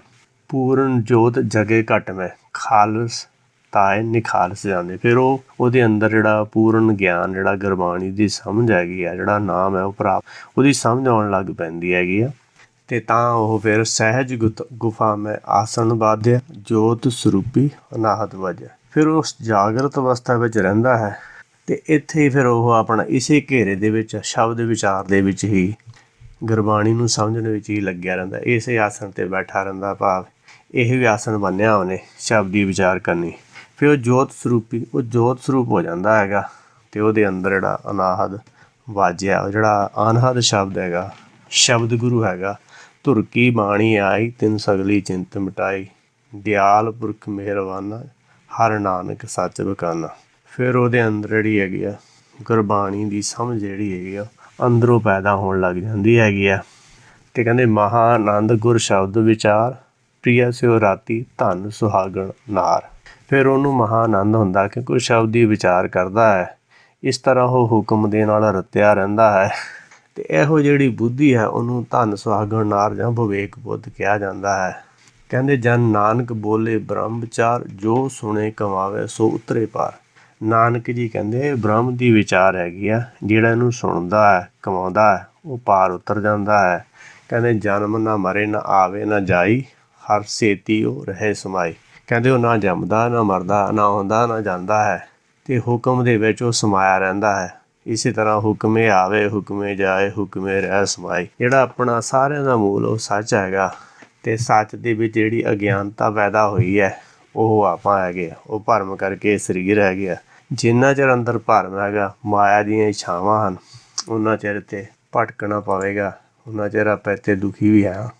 ਕਰ ਕਿਰਪਾ ਜਿਸ ਆਪਣੇ ਨਾਮ ਲਾਏ, ਨਾਨਕ ਚੌਥੇ ਪਦ ਮੈਂ ਸੋ ਜਨਗਤ ਪਾਏ। ਹੁਣ ਆਪਣੇ 'ਤੇ ਆਪ ਹੀ ਕਿਰਪਾ ਕਰਨੀ ਹੈ ਕਿ ਆਪਾਂ ਜਿਹੜਾ ਗੁਰਬਾਣੀ ਦਾ ਉਪਦੇਸ਼ ਉਹਨੂੰ ਸਮਝਣਾ ਹੈਗਾ। ਜਦੋਂ ਸਮਝਾਂਗੇ ਉਹਦੇ ਵਿੱਚੋਂ ਜਿਹੜੀ ਸਮਝ ਪ੍ਰਾਪਤ ਹੋਣੀ ਉਹਨੂੰ ਹੀ ਨਾਮ ਕਿਹਾ ਹੈ। ਅਤੇ ਉਹ ਫਿਰ ਉਹਦੇ ਨਾਲ ਕੀ ਹੋਊਗਾ ਕਿ ਚੌਥੇ ਪਦ ਵਿੱਚ ਜਿਹੜਾ ਹੈਗਾ, ਜਿਹੜਾ ਵੀ ਇਸ ਚੀਜ਼ ਨੂੰ ਕਰੂਗਾ ਉਹ ਜਨ, ਨਾਨਕ ਜੀ ਕਹਿੰਦੇ ਹਨ ਕਿ ਉਹ ਚੌਥੇ ਪਦ ਵਿੱਚ ਪਹੁੰਚ ਜਾਊਗਾ ਅਤੇ ਉਹਦੀ ਗਤੀ, ਉਹ ਗਤੀ ਪਾ ਲਊਗਾ। ਭਾਵ ਉਹਨੂੰ ਅੱਗੇ ਤੋਂ ਅੱਗੇ ਸਮਝ ਆਉਣੀ ਸ਼ੁਰੂ ਹੋ ਜਾਊਗੀ, ਅਤੇ ਸੰਸਾਰ ਸਾਗਰ ਤੋਂ ਹੌਲੀ ਹੌਲੀ ਉਹ ਪਾਰ ਹੋਣ ਵੱਲ ਜਾਣਾ ਉਹਦਾ ਸ਼ੁਰੂ ਹੋ ਜਾਊਗਾ। ਰੂਪ ਸਤ ਜਾ ਕਾ ਸਤ ਅਸਥਾਨ। ਫਿਰ ਉਹਦਾ ਜਿਹੜਾ ਰੂਪ ਹੈਗਾ, ਉਹਦਾ ਜਿਹੜਾ ਗਿਆਨ ਦਾ ਰੂਪ, ਉਪਦੇਸ਼ ਦਾ ਰੂਪ ਹੈ, ਉਹ ਵੀ ਸੱਚ ਹੋਊਗਾ, ਅਤੇ ਜਿਹੜਾ ਉਹਦਾ ਹਿਰਦਾ ਫਿਰ ਹੈਗਾ ਉਹ ਵੀ ਸੱਚ ਅਸਥਾਨ ਬਣ ਜਾਊਗਾ। ਪੁਰਖ ਸਤ ਕੇਵਲ ਪ੍ਰਧਾਨ। ਫਿਰ ਉਹ ਸੱਚਾ ਪੁਰਖ ਬਣ ਜਾਊਗਾ। ਕੇਵਲ ਜਿਹੜਾ ਉਹੀ ਪ੍ਰਧਾਨ ਪੁਰਖ ਹੈਗਾ ਇਸ ਸੰਸਾਰ ਵਿੱਚ। ਜਪਜੀ ਸਾਹਿਬ ਵਿੱਚ ਆਇਆ ਹੈ, ਪਹਿਲਾਂ ਸੁਣੀਏ ਦੀਆਂ 4 ਪੌੜੀਆਂ, ਫਿਰ ਮੰਨੇ ਦੀਆਂ 4 ਪੌੜੀਆਂ। ਜਦੋਂ ਪਹਿਲਾਂ ਸਹੀ ਸੁਣਿਆ ਫਿਰ ਉਹਨੇ ਸਹੀ ਮੰਨਿਆ, ਉਸ ਤੋਂ ਬਾਅਦ ਆਇਆ ਕਿ 5 ਪ੍ਰਵਾਨ 5 ਪ੍ਰਧਾਨ। ਉਹ ਜਿਹੜਾ 5 ਪ੍ਰਵਾਨ ਹੁੰਦਾ ਹੈ ਸੱਚਖੰਡ ਦੀ ਨਿਗਾਹ ਵਿੱਚ, ਇਸ ਤਰ੍ਹਾਂ ਉਹ ਜਿਹੜਾ ਸੱਚਾ ਪੁਰਖ ਹੈਗਾ ਉਹੀ ਪ੍ਰਧਾਨ ਪੁਰਖ ਹੈ ਸੰਸਾਰ ਵਿੱਚ। ਸੱਚਖੰਡ ਵਿੱਚ ਤਾਂ ਉਹ ਦਾਸ ਹੀ ਹੈ, ਸਾਰੇ ਦਾਸ ਹੀ ਹੈਗੇ ਇੱਥੇ। ਪ੍ਰਧਾਨ ਦਾ ਮਤਲਬ ਹੈ ਕਿ ਉਹ ਗੁਰਬਾਣੀ ਦੀ ਵਿਚਾਰ ਨੂੰ ਅੱਗੇ ਦੂਸਰਿਆਂ ਤੱਕ ਪਹੁੰਚਾ ਸਕਦਾ ਹੈ, ਸਮਝਣ ਵਿੱਚ ਹੈਲਪ ਕਰ ਸਕਦਾ। ਹੋਰ ਕੋਈ ਗੁਰਦੁਆਰੇ ਦਾ ਪ੍ਰਧਾਨ ਬਣਨਾ ਨਹੀਂ ਹੈ। ਗੁਰਦੁਆਰੇ ਦੇ ਪ੍ਰਧਾਨ ਤਾਂ ਸਾਰੇ ਹਉਮੈ ਦੇ ਗ੍ਰਸੇ ਹੋਏ ਹਨ। ਇਸੇ ਹੀ ਕਰਕੇ ਗੁਰਦੁਆਰਿਆਂ ਵਿੱਚ ਗੁਰਬਾਣੀ ਦੀ ਵਿਆਖਿਆ ਨਹੀਂ ਹੁੰਦੀ, ਹੋਰ ਦੂਸਰੇ ਗ੍ਰੰਥਾਂ ਦੀ ਹੁੰਦੀ ਹੈ। ਕਿਉਂਕਿ ਜੇ ਸੱਚ ਦੀ ਵਿਆਖਿਆ ਹੋਊਗੀ ਤਾਂ ਸੱਚ ਸਭ ਤੋਂ ਪਹਿਲਾਂ ਜਿਹੜੇ ਪ੍ਰਧਾਨ ਹੈ ਜਾਂ ਕਮੇਟੀ ਮੈਂਬਰ ਆ ਉਹਨਾਂ ਵੱਲ ਹੀ ਉਂਗਲੀ ਜਾਂਦੀ ਹੈਗੀ ਕਿ ਇਹਨਾਂ ਦਾ ਜੀਵਨ ਤਾਂ ਸੱਚ ਦੇ ਆਧਾਰਿਤ ਹੈ ਨਹੀਂ। ਇਸ ਕਰਕੇ ਇਹ ਗੁਰਬਾਣੀ ਤੋਂ ਪਰੇ ਹੀ ਰਹਿੰਦੇ ਹੈਗੇ ਆ। ਸਿਰਫ ਗੁਰੂ ਗ੍ਰੰਥ ਸਾਹਿਬ ਤਾਂ ਇਹਨਾਂ ਨੇ ਮਾਇਆ ਇਕੱਠੀ ਕਰਨ ਲਈ ਰੱਖਿਆ ਹੋਇਆ ਹੈ, ਬਾਕੀ ਉਹਦੀ ਉਪਦੇਸ਼ ਜਾਂ ਉਹਦੀ ਵਿਚਾਰਧਾਰਾ ਦਾ ਤਾਂ ਇਹਨਾਂ ਦੇ ਨਾਲ ਕੋਈ ਮਤਲਬ ਨਹੀਂ ਹੈਗੇ, ਸਾਰੇ ਸਿਆਸੀ ਹਨ। ਕਰਤੂਤ ਸਤ, ਸਤ ਜਾ ਕੀ ਬਾਣੀ, ਸਤ ਪੁਰਖ ਸਭ ਮਾਹੇ ਸਮਾਣੀ। ਹੁਣ ਜਿਹੜਾ ਪ੍ਰਧਾਨ ਹੁੰਦਾ ਹੈ, ਜਿਹੜਾ ਸਤਿਪੁਰਖ ਹੁੰਦਾ ਹੈ, ਜਿਵੇਂ ਕਿ ਗੁਰਬਾਣੀ ਦਾ ਬਚਨ ਹੈ, ਸਤਿਪੁਰਖ ਜਿਨ ਜਾਣਿਆ ਸਤਿਗੁਰ ਤਿਸ ਕਾ ਨਾਮ। ਸਤਿਗੁਰ ਵੀ ਕਹਿ ਸਕਦੇ ਹਾਂ ਅਤੇ ਸਤਿਪੁਰਖ ਵੀ। ਹੁਣ ਜਿਹੜਾ ਸਤਿਪੁਰਖ ਹੁੰਦਾ ਉਹਦੀ ਕਰਤੂਤ, ਉਹਦਾ ਜਿਹੜਾ ਬਿਹੇਵੀਅਰ ਹੁੰਦਾ ਹੈ ਉਹ ਸੱਚਾ ਹੁੰਦਾ ਹੈ, ਅਤੇ ਉਹਦੀ ਸੱਚੀ ਹੀ ਬਾਣੀ ਹੈ।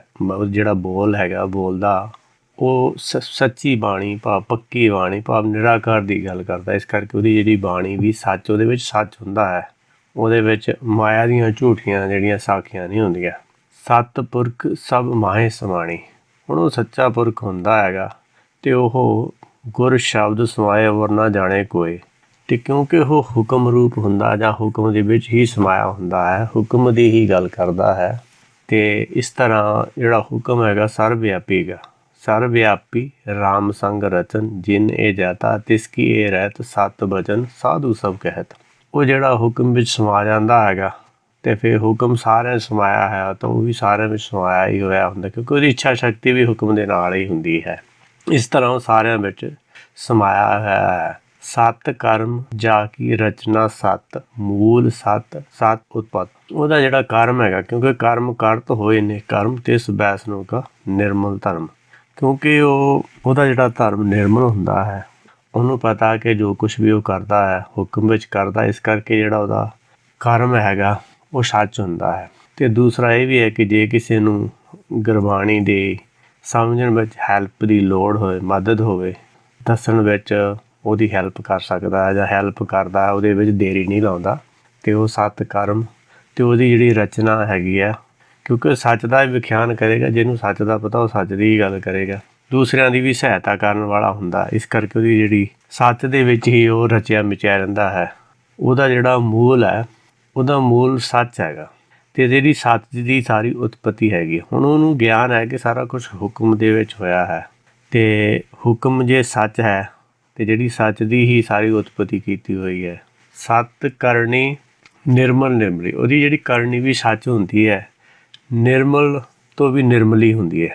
ਭਾਵ ਉਹ ਮਾਇਆ ਦੇ ਗਿਆਨ ਦੀਆਂ ਗੱਲਾਂ ਨਹੀਂ ਕਰਦਾ ਹੈਗਾ, ਨਿਰਾਕਾਰ ਦੀ ਪੱਕੀ ਬਾਣੀ ਦੀ ਗੱਲ ਕਰਦਾ ਹੈ, ਆਤਮ ਗਿਆਨ ਦੀ ਗੱਲ ਕਰਦਾ ਹੈ, ਬ੍ਰਹਮ ਗਿਆਨ ਦੀ ਗੱਲ ਕਰਦਾ ਹੈ, ਗੁਰਬਾਣੀ ਦੇ ਉਪਦੇਸ਼ ਦੀ ਗੱਲ ਕਰਦਾ। ਇਸ ਕਰਕੇ ਜਿਹੜੀ ਉਹਦੀ ਕਰਨੀ ਹੈਗੀ ਆ ਉਹ ਨਿਰਮਲ ਤੋਂ ਵੀ ਨਿਰਮਲੀ ਹੁੰਦੀ ਹੈ। ਸੱਤ ਕਰਨੀ ਨਿਰਮਲ ਨਿਰਮਲੀ, ਜਿਸੇ ਬੁਝਾਏ ਤਿਸੇ ਸਭ ਭਲੀ। ਹੁਣ ਜਿਹਨੂੰ ਇਹ ਬੁਝਾਉਂਦਾ ਹੈਗਾ, ਜਿਹਦੇ 'ਤੇ ਪਰਮੇਸ਼ਰ ਕਿਰਪਾ ਕਰਦਾ ਹੈ, ਅਤੇ ਉਹਨੂੰ ਇਹ ਜਿਹੜੀ ਸਮਝ ਆਉਂਦੀ ਹੈ, ਇਹ ਜਿਹੜੀ ਭਲੀ ਸਮਝ ਹੈ, ਦੂਸਰਿਆਂ ਦੇ ਭਲੇ ਵਾਸਤੇ ਵੀ, ਉਹਦੇ ਆਪਣੇ ਭਲੇ ਵਾਸਤੇ ਵੀ ਹੈਗੀ ਹੈ। ਅਤੇ ਜੇ 'ਤੇ ਪਰਮੇਸ਼ਰ ਕਿਰਪਾ ਉਹਦੇ 'ਤੇ ਕਰੇਗਾ ਜਿਹੜਾ ਬਾਣੀ ਦੀ ਵਿਚਾਰ ਕਰੇਗਾ। ਸਤਿਨਾਮ ਪ੍ਰਭ ਕਾ ਸੁਖਦਾਈ, ਵਿਸ਼ਵਾਸ ਸਤ ਨਾਨਕ ਗੁਰ ਤੇ ਪਾਈ। ਜਿਹੜਾ ਸੱਚ ਦਾ ਗਿਆਨ ਹੈਗਾ ਜਾਂ ਪ੍ਰਭ ਦਾ ਗਿਆਨ ਹੈਗਾ, ਉਹ ਸਦਾ ਹੀ ਸੁੱਖ ਦੇਣ ਵਾਲਾ ਹੈ, ਸੁਖਦਾਈ ਹੈ। ਜਿਹੜਾ ਸੱਚ ਦਾ ਗਿਆਨ ਹੈਗਾ, ਆਤਮ ਗਿਆਨ ਹੈ, ਉਹ ਸੁੱਖ ਦੇਣ ਵਾਲਾ ਹੈ। ਆਤਮ ਰਸ ਸੋ ਜਾਨ ਹੀ, ਸੋ ਹੈ ਖਾਲਸ ਦੇਵ, ਪ੍ਰਭ ਮੈਂ ਮੋਹ ਮੈਂ ਰੰਚਕ ਨਾਹੀ ਭੇਵ। ਭਾਵ ਜਿਹੜਾ ਆਤਮ ਰਸ ਨੂੰ ਜਾਣ ਲੈਂਦਾ ਹੈ, ਅਸਲ ਵਿੱਚ ਉਹੀ ਖਾਲਸਾ ਹੈਗਾ। ਫਿਰ ਉਹ ਜੇ ਆਪ ਖਾਲਸਾ ਹੈ ਅਤੇ ਉਹ ਹੁਕਮ ਦੇ ਵਿੱਚ ਤਾਂ ਉਹਦੇ ਵਿੱਚ ਜਾਂ ਹਰ ਕਾ ਸੇਵਕ ਸੋ ਹਰਿ ਜਿਹਾ, ਭੇਦ ਨਾ ਜਾਣੋ ਮਾਨਸ ਦੇਹਾ, ਉਹ ਫਿਰ ਉਹ ਵੀ ਹੁਕਮ ਵਰਗਾ ਹੀ ਹੋ ਜਾਂਦਾ ਹੈ ਜਾਂ ਸੱਚ ਵਰਗਾ ਹੀ ਹੋ ਜਾਂਦਾ ਹੈਗਾ। ਅਤੇ ਜਿਹੜਾ ਇਸ ਤਰ੍ਹਾਂ ਜਿਹੜਾ ਸੱਚ ਦਾ ਗਿਆਨ ਹੈਗਾ ਜਾਂ ਪ੍ਰਭ ਦਾ ਗਿਆਨ ਹੈਗਾ, ਆਪਣੇ ਮੂਲ ਦਾ ਗਿਆਨ ਹੈ, ਬ੍ਰਹਮ ਦਾ ਗਿਆਨ ਹੈਗਾ, ਸੁੱਖ ਦੇਣ ਵਾਲਾ ਹੈਗਾ। ਵਿਸ਼ਵਾਸ ਸਤ ਨਾਨਕ ਗੁਰ ਤੇ ਪਾਈ। ਜਿਹੜਾ ਗਿਆਨ ਹੈਗਾ, ਨਾਨਕ ਜੀ ਕਹਿ ਰਹੇ ਹਨ ਕਿ ਜਿਹੜਾ ਗੁਰ ਹੈ, ਆਪਣਾ ਜਿਹੜਾ ਮੂਲ ਹੈਗਾ, ਜਦੋਂ ਉਹਦੇ ਤੋਂ ਇਹਨੂੰ ਗਿਆਨ ਮਿਲਦਾ ਹੈ ਤਾਂ ਇਹਨੂੰ ਜਿਹੜਾ ਸੱਚ 'ਤੇ ਵਿਸ਼ਵਾਸ ਆਉਂਦਾ ਹੈਗਾ। ਇਸ ਤਰ੍ਹਾਂ ਜਿਹੜਾ ਵਿਸ਼ਵਾਸ ਹੈਗਾ, ਕਿਉਂਕਿ ਗੁਰਬਾਣੀ ਦਾ ਵਚਨ ਹੈ, ਸਤਿਗੁਰ ਤੇ ਨਾਮ ਪਾਇਆ ਜਾਏ। ਜਿਹੜਾ ਨਾਮ ਹੈਗਾ, ਜਿਹੜਾ ਗਿਆਨ ਹੈਗਾ, ਉਹ ਸੱਚ ਦੇ ਗਿਆਨ ਤੋਂ ਪਾਇਆ ਜਾਂਦਾ ਹੈ। ਇਸ ਤਰ੍ਹਾਂ ਨਾਨਕ ਜੀ ਕਹਿ ਰਹੇ ਹਨ ਕਿ ਜਿਹੜਾ ਆਪਣਾ ਮੂਲ ਹੈਗਾ, ਉਹ ਤੋਂ ਜਿਹੜਾ ਗਿਆਨ ਮਿਲਦਾ ਹੈ, ਉਹਦੇ ਨਾਲ ਅੰਦਰ ਵਿਸ਼ਵਾਸ ਪੈਦਾ ਹੁੰਦਾ ਹੈ। ਸੱਚ ਦੇ ਨਾਲ ਪ੍ਰੇਮ ਵੱਧਦਾ ਹੈਗਾ। ਸਤ ਬਚਨ ਸਾਧੂ ਉਪਦੇਸ਼, ਸਤ ਤੇ ਜਨ ਜਾ ਕੇ ਹਿਰਦੇ ਪ੍ਰਵੇਸ਼। ਜਿਹਨੂੰ ਗੁਰਬਾਣੀ 'ਤੇ ਵਿਸ਼ਵਾਸ ਆ ਜਾਂਦਾ ਹੈਗਾ, ਫਿਰ ਉਹ ਸਾਧੂ ਬਣ ਜਾਂਦਾ ਹੈਗਾ। ਕਿਉਂਕਿ ਗੁਰ ਸ਼ਬਦ ਸਮਾਏ ਅਵਰ ਨਾ ਜਾਣੇ ਕੋਈ। ਕਿਉਂਕਿ ਹੁਣ ਬੁਲਾਇਆ ਬੋਲੇ ਖਸਮ ਦਾ, ਹੁਣ ਉਹ ਖਸਮ ਦਾ ਬੁਲਾਇਆ, ਭਾਵ ਹੁਕਮ ਦਾ ਬੁਲਾਇਆ ਬੋਲਦਾ ਹੈ। ਉਹ ਤਾਂ ਸਿਰਫ ਮੀਡੀਅਮ ਹੀ ਹੈ ਵਿੱਚ, ਬਚਨ ਤਾਂ ਜਿਹੜੇ ਹੈਗੇ ਇਹ ਧੁਰਕੀ ਬਾਣੀ ਹੈ, ਇਹ ਪਿੱਛੋਂ ਹੀ ਆ ਰਹੀ, ਉਹਦੇ ਹਿਰਦੇ ਵਿੱਚ ਸੁਣਾਈ ਦੇ ਰਹੀ, ਤੋਂ ਅੱਗੇ ਦੱਸ ਰਿਹਾ। ਇਸ ਤਰ੍ਹਾਂ ਜਿਹੜਾ ਉਹ ਸਾਧੂ ਦਾ ਉਪਦੇਸ਼ ਹੈਗਾ, ਜਿਹੜੇ ਸੱਚ ਬਚਨ ਹੈਗੇ, ਉਹਨਾਂ ਦੀ ਗੱਲ ਕਰਦਾ ਹੈ, ਉਹਨਾਂ ਦੇ ਬਾਰੇ ਜਾਣਕਾਰੀ ਦਿੰਦਾ ਹੈ। ਇਸ ਤਰ੍ਹਾਂ ਉਹਦੇ ਜਿਹੜੇ ਬਚਨ ਹੁੰਦੇ ਆ ਉਹ ਸੱਚ ਹੁੰਦੇ ਆ, ਉਹ ਸੱਚ ਦੀ ਹੀ ਵਿਆਖਿਆ ਕਰਦਾ ਹੈਗਾ। ਅਤੇ ਉਹ ਜਿਹੜਾ ਜਨ ਸੱਚ ਹੁੰਦਾ ਹੈਗਾ, ਸਤ ਤੇ ਜਨ। ਹੁਣ ਉਹ ਜਿਹੜਾ ਜਨ ਜਿਹਦੇ ਅੰਦਰ ਸੱਚ ਦਾ ਵਾਸਾ ਹੋ ਜਾਂਦਾ, ਜਿਹੜਾ ਇਹਦਾ ਮਤਲਬ ਹੈ ਕਿ ਉਹਦੇ ਹਿਰਦੇ ਦੇ ਵਿੱਚ ਜਿਹੜਾ ਹੈਗਾ ਸੱਚ ਦਾ ਪ੍ਰਵੇਸ਼ ਹੈਗਾ। ਅੰਦਰ ਸੱਚ ਹੋਣ ਕਰਕੇ ਹੀ ਉਹ ਬਾਹਰ ਸੱਚ ਬੋਲਦਾ ਹੈ। ਭਾਵ ਸ਼ਬਦ ਗੁਰੂ ਦਾ ਸਪਰਸ਼ ਹੁੰਦਾ ਹੈ ਅਤੇ ਉਹ ਜਨ ਸੱਚਾ ਹੈਗਾ। ਅਤੇ ਜਿਹੜਾ ਉਹ ਉਪਦੇਸ਼ ਵੀ ਦੱਸੇਗਾ, ਉਪਦੇਸ਼ ਦੀ ਵਿਆਖਿਆ ਕਰੇਗਾ, ਉਹ ਵੀ ਸੱਚੀ ਹੀ ਕਰੇਗਾ, ਕਿਉਂਕਿ ਉਹ ਸੱਚ ਨਾਲ ਜੁੜਿਆ ਹੋਇਆ ਹੈ।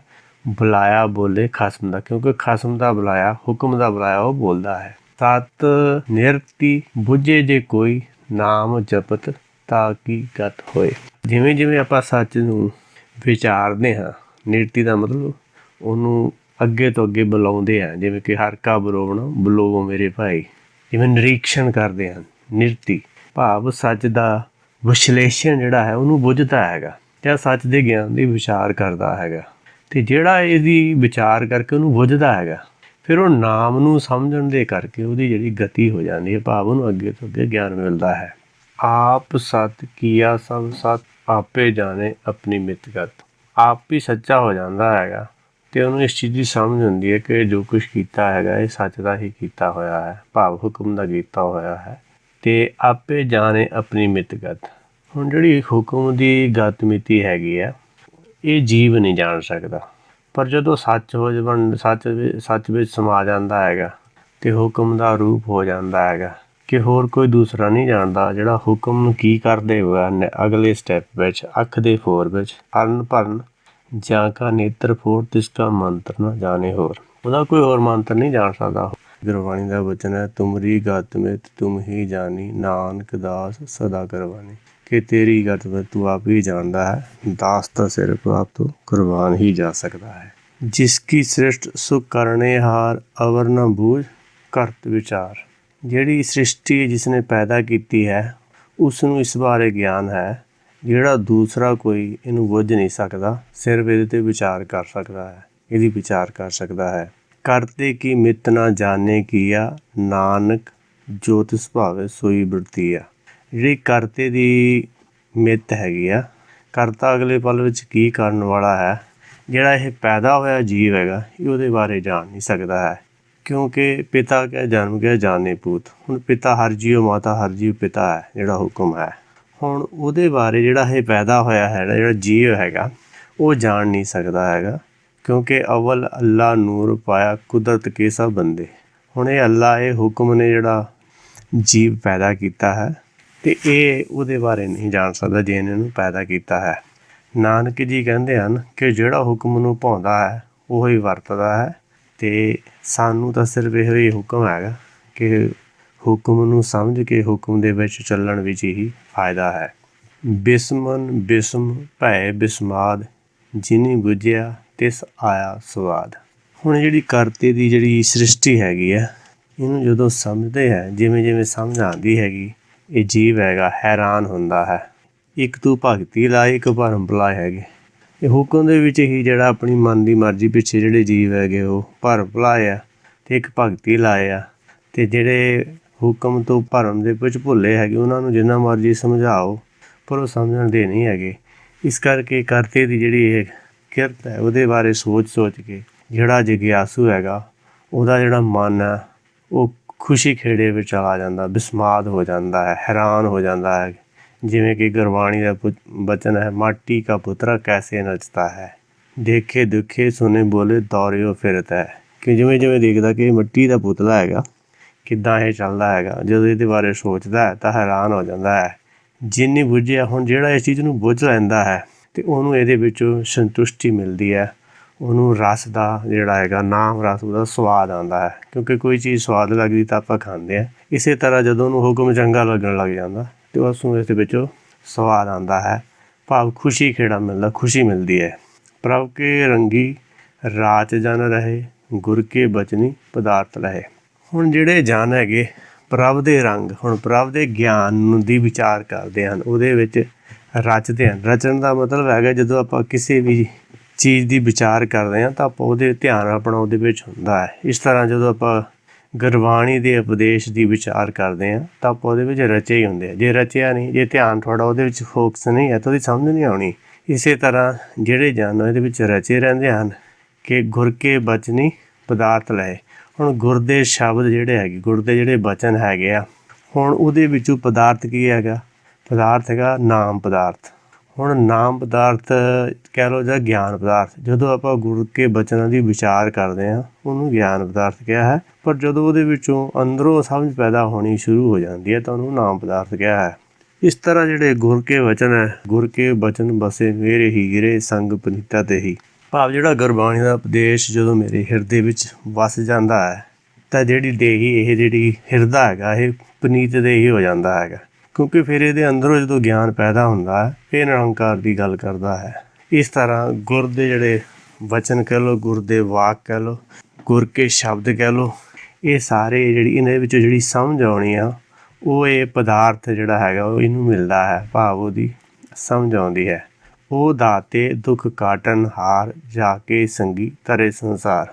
ਹੁਣ ਜਿਹੜਾ ਗੁਰਬਾਣੀ ਦਾ ਉਪਦੇਸ਼ ਜਿਨ੍ਹਾਂ ਨੇ ਦਿੱਤਾ ਹੈਗਾ ਉਹਨਾਂ ਦੀ ਇਹ ਹੁਕਮ ਨੇ ਉਹਨਾਂ ਤੋਂ ਦਵਾਇਆ ਹੈ। ਜਿਹੜੀ ਇਹ ਹੁਕਮ ਦੀ ਜਾਂ ਪਰਮੇਸ਼ਰ ਦੀ ਜਾਂ ਅਕਾਲ ਸਰੂਪ ਜਿਹੜੇ ਹੈਗੇ ਉਹਨਾਂ ਦੀ ਇਹ ਦਾਤ ਹੈਗੀ ਆ, ਅਤੇ ਆਪਣਾ ਜਿਹੜਾ ਇਹ ਦੁੱਖ ਸੰਸਾਰ ਵਿੱਚ ਭਾਵ ਸਾਗਰ ਦਾ ਦੁੱਖ ਇਹਨੂੰ ਕੱਟਣ ਵਾਲਾ ਹੈਗਾ। ਇਸ ਤਰ੍ਹਾਂ ਉਹ ਗੁਰਬਾਣੀ ਦਾ ਉਪਦੇਸ਼ ਉਹਨਾਂ ਨੇ ਦਿੱਤਾ ਹੈ ਕਿਉਂਕਿ ਬ੍ਰਹਮ ਗਿਆਨੀ ਪਰ ਉਪਕਾਰ ਮਹਾ, ਉਹਨਾਂ ਦਾ ਉਪਕਾਰ ਕਰਨ ਦਾ ਸੀਗਾ ਵੀ ਅਸੀਂ ਨਿਕਲੇ ਹਾਂ ਤਾਂ ਦੂਸਰਿਆਂ ਦਾ ਵੀ ਭਲਾ ਹੋ ਜਾਵੇ। ਇਸ ਤਰ੍ਹਾਂ ਉਹ ਦਾਤੇ ਹੈਗੇ ਆ ਕਿਉਂਕਿ ਉਹਨਾਂ ਨੇ ਜਿਹੜਾ ਗਿਆਨ ਇਹ ਦਿੱਤਾ ਹੈ, ਹੁਕਮ ਨੇ ਉਹਨਾਂ ਤੋਂ ਦਵਾਇਆ ਹੈਗਾ। ਅਸਲ ਵਿੱਚ ਦੇਣ ਵਾਲਾ ਤਾਂ ਪਰਮੇਸ਼ਰ ਹੀ ਹੈਗਾ, ਕਿਉਂਕਿ ਬਾਣੀ ਮਹਾਂਪੁਰਖ ਕੀ ਨਿਜ ਕਰਵਾਸਾ ਹੋਏ। ਇਹ ਜਿਹੜਾ ਦੁੱਖ ਨੂੰ ਕੱਟਣ ਵਾਲਾ ਹੈ, ਇਹਦੇ ਜਿਹੜਾ ਸੰਗੀ ਇਹਦੇ ਜਿਹੜਾ ਨਾਲ ਲੱਗ ਜਾਊਗਾ ਜਾਂ ਇਸ ਗਿਆਨ ਨੂੰ ਜਿਹੜਾ ਸਮਝ ਲਊਗਾ, ਉਹ ਵੀ ਇਹਦੇ ਨਾਲ ਇਹ ਜਿਹੜਾ ਭਾਵ ਸਾਗਰ ਸੰਸਾਰ ਉਹ ਤੋਂ ਤਰ ਸਕਦਾ ਹੈ। ਜੇ ਆਪਾਂ ਗੁਰਬਾਣੀ ਦੇ ਉਪਦੇਸ਼ ਨੂੰ ਸੁਣ ਕੇ ਮੰਨ ਲਈਏ, ਸਹੀ ਸਮਝ ਲਈਏ, ਉਸ 'ਤੇ ਚੱਲਣ ਲੱਗ ਜਾਈਏ, ਤਾਂ ਆਪਾਂ ਵੀ ਇਹਦੇ ਸੰਗ ਲੱਗ ਕੇ ਇਹ ਜਿਹੜਾ ਭਾਵਜਲ ਜਗਤ ਸੰਸਾਰ ਇਹ ਤੋਂ ਤਰ ਸਕਦੇ ਹਾਂ। ਜਨ ਕਾ ਸੇਵਕ ਸੋ ਵਡਭਾਗੀ, ਜਨ ਕੇ ਸੰਗੀ ਏਕ ਲਿਵ ਲਾਗੀ। ਹੁਣ ਜਿਹੜਾ ਜਨ ਹੈ, ਜਨ ਕਿਹਨੂੰ ਕਹਿੰਦੇ ਹਨ? ਕਹਿੰਦੇ ਜਨ ਕੋ ਸੋਏ ਜਿਨ ਜਾਣਿਆ। ਹੁਣ ਜਿਹੜਾ ਆਪਣੇ ਆਪ ਨੂੰ ਬੁੱਝ ਲੈਂਦਾ ਉਹਨੂੰ ਜਨ ਕਿਹਾ ਜਾਂ ਜਾਣਨ ਵਾਲਾ ਕਿਹਾ ਹੈਗਾ। ਜਿਹੜਾ ਆਪਣੇ ਆਪ ਨੂੰ ਜਾਣ ਲੈਂਦਾ ਉਹ ਸੇਵਕ ਬਣ ਜਾਂਦਾ, ਉਹ ਵੱਡੇ ਭਾਗਾਂ ਵਾਲਾ ਹੋ ਜਾਂਦਾ। ਵੱਡੇ ਭਾਗ ਕੀ ਹੈ? ਜਦੋਂ ਅੰਦਰ ਅਗਿਆਨਤਾ ਹੈ ਤਾਂ ਇਹਦਾ ਪੂਰਾ ਭਾਗ ਨਹੀਂ ਰਹਿ ਜਾਂਦਾ, ਤਾਂ ਛੋਟਾ ਭਾਗ ਹੋ ਜਾਂਦਾ ਹੈ, ਕਿਉਂਕਿ ਥੋੜ੍ਹੇ ਹਿੱਸੇ ਵਿੱਚ ਜਿਹੜਾ ਹਨੇਰਾ ਉਹਦੇ ਨਾਲ ਦਾ ਭਾਗ ਘਟਿਆ ਹੈ। ਪਰ ਜਦੋਂ ਇਹਦੇ ਅੰਦਰੋਂ ਜਿਹੜਾ ਅਗਿਆਨਤਾ ਦਾ ਹਨੇਰਾ ਖਤਮ ਹੋ ਜਾਂਦਾ ਹੈ ਤਾਂ ਇਹਦੇ ਵੱਡੇ ਭਾਗ ਹੋ ਜਾਂਦੇ ਹਨ। ਅਤੇ ਜਿਹੜੇ ਵੱਡੇ ਭਾਗ ਹਨ ਉਹਨੂੰ ਉਹ ਜਿਹੜਾ ਸੇਵਕ ਹੈਗਾ, ਆਪਣਾ ਜਿਹੜਾ ਮੂਲ ਹੈਗਾ, ਕਿਉਂਕਿ ਗੁਪਤੇ ਬੂਝੇ ਜੁਗ ਚਤਵਾਰੇ, ਘਟ ਘਟ ਵਰਤੇ ਉਧਰ ਮੁਜ਼ਾਰੇ। ਹੁਣ ਮਨ ਨੇ ਤਾਂ ਜਿਹੜੀ ਆਪਣਾ ਆਤਮ ਧਿਆਨ ਧਾਰਨਾ ਹੈ, ਪਰ ਜਿਹੜਾ ਇਹਦਾ ਮੂਲ ਹੈਗਾ ਉਹ ਜਨ, ਕਿਉਂਕਿ ਉਹਨੇ ਬੁੱਝਣਾ ਹੈਗਾ ਗਿਆਨ ਨੂੰ, ਅਤੇ ਉਹ ਬੁੱਝ ਲੈਂਦਾ ਜਦੋਂ, ਤਾਂ ਉਹ ਜਨ ਬਣ ਜਾਂਦਾ ਹੈਗਾ ਅਤੇ ਮਨ ਉਹਦੇ ਵਿੱਚ ਸਮਾ ਜਾਂਦਾ ਹੈਗਾ। ਤਾਂ ਉਹਦੀ ਫਿਰ ਜਿਹੜਾ ਹੈਗਾ ਉਹ ਜਿਹੜਾ ਸੇਵਕ ਉਹ ਵੱਡੇ ਭਾਗਾਂ ਵਾਲਾ ਹੁੰਦਾ ਹੈ, ਅਤੇ ਉਹਦੇ ਜਿਹੜਾ ਨਾਲ ਸੰਗੀ ਬਣਦਾ ਹੈ, ਉਹਦੀ ਵੀ ਇੱਕ ਨਾਲ ਲਿਵ ਲੱਗ ਜਾਂਦੀ ਹੈ, ਕਿਉਂਕਿ ਅੰਦਰ ਵਾਲਾ ਤਾਂ ਪਹਿਲਾਂ ਹੀ ਹੁਕਮੀ ਬੰਦਾ ਹੈ। ਜਨ ਕੇ ਸੰਗ ਇੱਕ ਲਿਵ ਲਾਗੀ। ਜੇ ਆਪਾਂ ਆਪਣੇ ਮੂਲ ਦੇ ਨਾਲ, ਮੂਲ ਦੇ ਵਿੱਚ ਸਮਾ ਜਾਈਏ, ਜਾਂ ਮੂਲ ਦੇ ਨਾਲ ਆਪਣਾ ਸੁਭਾਅ ਮਿਲ ਜਾਵੇ, ਜਾਂ ਆਪਾਂ ਜਦੋਂ ਆਪਾਂ ਮੂਲ ਦੇ ਨਾਲ ਗੁਰ ਕੀ ਸੇਵਾ ਸ਼ਬਦ ਵਿਚਾਰ ਕਰਦੇ ਹਾਂ, ਤਾਂ ਉਹਦੇ ਵਿੱਚੋਂ ਆਪਣੀ ਜਿਹੜੀ ਲਿਵ ਇੱਕ ਨਾਲ ਲੱਗ ਜਾਂਦੀ ਹੈ, ਭਾਵ ਆਪਾਂ ਇੱਕ ਹੋ ਜਾਂਦੇ। ਕਿਉਂਕਿ ਗੁਰਬਾਣੀ ਦਾ ਵਚਨ ਹੈ, ਜੈ ਜਗ ਮੈਂ ਏਕ ਏਕ ਆਇਆ, ਜਨਮਤ ਮੋਹਿਆ ਮੋਹ ਨਹੀਂ ਮਾਇਆ। ਕਿਉਂਕਿ ਆਪਾਂ ਸਾਰੇ ਹੀ ਇੱਕ ਹੋਣ ਲਈ ਆਏ ਹਾਂ, ਸੱਚ ਬਣਨ ਲਈ ਆਏ ਹਾਂ, ਸੱਚ ਦਾ ਗਿਆਨ ਲੈਣ ਲਈ ਆਏ ਹਾਂ। ਅਤੇ ਜੇ ਆਪਾਂ ਆਪਣੇ ਮੂਲ ਨਾਲ ਲੱਗ ਜਾਈਏ, ਜੁੜ ਜਾਈਏ, ਤਾਂ ਉਹ ਆਲਰੇਡੀ ਹੁਕਮ ਦੇ ਵਿੱਚ ਜੁੜਿਆ, ਆਪਾਂ ਦੋਨੇ ਫਿਰ ਇੱਕ ਹੋ ਸਕਦੇ ਹਾਂ। ਏਕ ਲਿਵ ਲਾਗੀ ਦਾ ਮਤਲਬ ਹੈਗਾ ਕਿ ਆਪਣੀ ਹੁਕਮ ਦੇ ਨਾਲ ਲਿਵ ਲੱਗ ਸਕਦੀ ਹੈ, ਹੁਕਮ ਦੇ ਨਾਲ ਆਪਣੀ ਤਾਰ ਜੁੜ ਸਕਦੀ ਹੈ। ਗੁਣ ਗੋਬਿੰਦ ਕੀਰਤਨ ਜਨ ਗਾਵੈ, ਗੁਰ ਪ੍ਰਸਾਦਿ ਨਾਨਕ ਫਲ ਪਾਵੈ। ਹੁਣ ਇੱਥੇ ਨਾਨਕ ਜੀ ਕਹਿ ਰਹੇ ਹਨ ਕਿ ਜਿਹੜਾ ਗੋਬਿੰਦ ਦੇ ਗੁਣ ਗਾਉਂਦਾ ਹੈ, ਗੁਣ ਗੋਬਿੰਦ ਕੀਰਤਨ। ਹੁਣ ਇੱਥੇ ਕੀਰਤਨ ਦਾ ਮਤਲਬ ਸ਼ਬਦ ਕੀਰਤਨ ਨਹੀਂ ਹੈਗਾ, ਉਹਨੂੰ ਸ਼ਬਦ ਪੜ੍ਹਨਾ ਕਿਹਾ ਹੈ। ਕੀਰਤਨ ਦਾ ਮਤਲਬ ਅੰਦਨ ਕੀਰਤਨ ਕੇਵਲ ਬਖਾਨ। ਜਿਹੜੇ ਗੁਰਬਾਣੀ ਦੀ ਸ਼ਬਦ ਦੀ ਵਿਚਾਰ ਕਰਨੀ ਆ, ਵਿਚਾਰ ਕਰਨ ਤੋਂ ਬਾਅਦ ਉਹਦੀ ਜਿਹੜੀ ਵਿਆਖਿਆ ਕਰਨੀ, ਉਹਨੂੰ ਕੀਰਤਨ ਕਿਹਾ ਗਿਆ ਹੈ। ਜਾਂ ਤੁਸੀਂ ਜਦੋਂ ਵਿਚਾਰ ਕਰਦੇ ਹੋ ਤਾਂ ਕੀਰਤਨ ਹੀ ਕਰਦੇ ਹੋ। ਗੁਣ ਗੋਬਿੰਦ, ਹੁਣ ਗੋਬਿੰਦ ਦੇ ਗੁਣ ਹੈਗੇ, ਉਹਦੇ ਵਿੱਚ 8 ਗੁਣ ਹੈਗੇ ਆ। ਓਂਕਾਰ ਸਤਿਨਾਮ ਕਰਤਾ ਪੁਰਖ ਨਿਰਭਉ ਨਿਰਵੈਰ ਅਕਾਲ ਮੂਰਤ ਅਜੂਨੀ ਸਵੈ ਭੰਗ। ਅਤੇ ਜਿਹਦੇ ਵਿੱਚ 8 ਗੁਣ ਹੈਗਾ ਉਹ ਮੁਕਤ ਹੈਗਾ, ਉਹ ਇੱਕ ਹੈਗਾ। ਅਤੇ ਜਿਹਦੇ ਵਿੱਚ 8 ਇਹ ਗੁਣ ਨਹੀਂ ਹੈਗੇ, ਜਿਵੇਂ ਕਿ ਨਿਰਭਉ, ਕਿਉਂਕਿ ਇਹਦੇ ਕੋਲ ਸੱਚ ਦਾ ਗਿਆਨ ਨਹੀਂ ਹੈ, ਇਸ ਕਰਕੇ ਇਹਨੂੰ ਹੁਕਮ ਦਾ ਡਰ ਕਹਿ ਲਓ ਜਾਂ ਮਰਨ ਦਾ ਡਰ ਲੱਗਿਆ ਰਹਿੰਦਾ ਹੈਗਾ। ਇਸੇ ਤਰ੍ਹਾਂ ਨਿਰਵੈਰ, ਇਹ ਦੂਸਰਿਆਂ ਦੇ ਨਾਲ ਵੈਰ ਕਰਦਾ ਹੈ। ਅਤੇ ਅਕਾਲ ਮੂਰਤ, ਜਿੰਨਾ ਚਿਰ ਆਪਣੇ ਆਪ ਨੂੰ ਸਰੀਰ ਮੰਨਦਾ ਹੈ ਉਹਨਾਂ ਚਿਰ ਇਹ ਅਕਾਲ ਮੂਰਤ ਨਹੀਂ ਹੈਗਾ। ਅਜੂਨੀ ਉਹਨਾਂ ਚਿਰ ਇਹ ਜੂਨਾਂ ਵਿੱਚ ਘੁੰਮਦਾ ਰਹਿੰਦਾ। ਸਵੈ ਭੰਗ ਦੀ ਮਰਜ਼ੀ ਹੈ, ਹੁਕਮ ਵਿੱਚ ਚੱਲੇ ਜਾਂ ਨਾ ਚੱਲੇ। ਹੁਕਮ ਵਿੱਚ ਚੱਲੇਗਾ ਤਾਂ ਇੱਕ ਹੋ ਸਕਦਾ, ਅਤੇ ਜੇ ਨਹੀਂ ਚੱਲੇਗਾ ਤਾਂ ਮੁੜ ਜੂਨਾਂ ਵਿੱਚ ਭਰਮਦਾ ਰਹਿੰਦਾ ਹੈ। ਇਸ ਤਰ੍ਹਾਂ ਜਿਹੜਾ ਇੱਕ ਹੈ ਉਹਦੇ ਵਿੱਚ 8 ਗੁਣ ਹੈ। ਸਤਿਨਾਮ ਦਾ ਮਤਲਬ ਹੈ ਸੱਚ ਦਾ ਗਿਆਨ। ਕਰਤਾ ਪੁਰਖ ਦਾ ਮਤਲਬ ਹੈਗਾ, ਉਹ ਵੀ ਸੇਮ ਹੀ ਮਤਲਬ ਹੈ ਕਿ ਜਿਹੜਾ ਮੂਲ ਹੈ ਕਰਤਾ ਹੈ ਅਤੇ ਇਹਨੂੰ ਪੂਰਾ ਕਰਨ ਵਾਲਾ ਹੈ। ਨਿਰਭਉ ਵੀ ਉਹ ਅੰਦਰ ਵਾਲਾ ਨਿਰਭਉ ਵੀ ਹੈ ਅਤੇ ਨਿਰਵੈਰ ਵੀ ਹੈ। ਅਤੇ ਪਰ ਇਹਦੇ ਜਿਹੜੇ ਮੂਲ ਦੇ 4 ਗੁਣ ਉਹਦੇ ਕੋਲ ਹੈਗੇ ਆ, ਪਰ ਜਿਹੜਾ ਮਨ ਹੈਗਾ ਇਹਦੇ ਜਿਹੜੇ 4 ਗੁਣ ਹੈਗੇ, ਹਰ ਵਿਸਰ ਸਦਾ ਖੁਆਰੀ, ਉਹ ਘੱਟ ਜਾਂਦੇ ਹਨ। ਪਰ ਜਿਵੇਂ ਜਿਵੇਂ ਇਹ ਹੁਕਮ ਦੇ ਵਿੱਚ ਚੱਲਦਾ ਉਹ 8 ਗੁਣ ਪੈਦਾ ਇਹਦੇ ਵਿੱਚ ਹੋ ਜਾਂਦੇ ਆ। ਜਿਵੇਂ ਕਿ ਗੁਰਬਾਣੀ ਦਾ ਵਚਨ ਹੈ, ਅਸ਼ਟਮੀ ਅਸ਼ਟ ਧਾਤ ਕੀ ਕਾਇਆ, ਤਾਂ ਮੈਂ ਅਕੁਲ ਮਹਾਨਿਧੀ ਰਾਇਆ।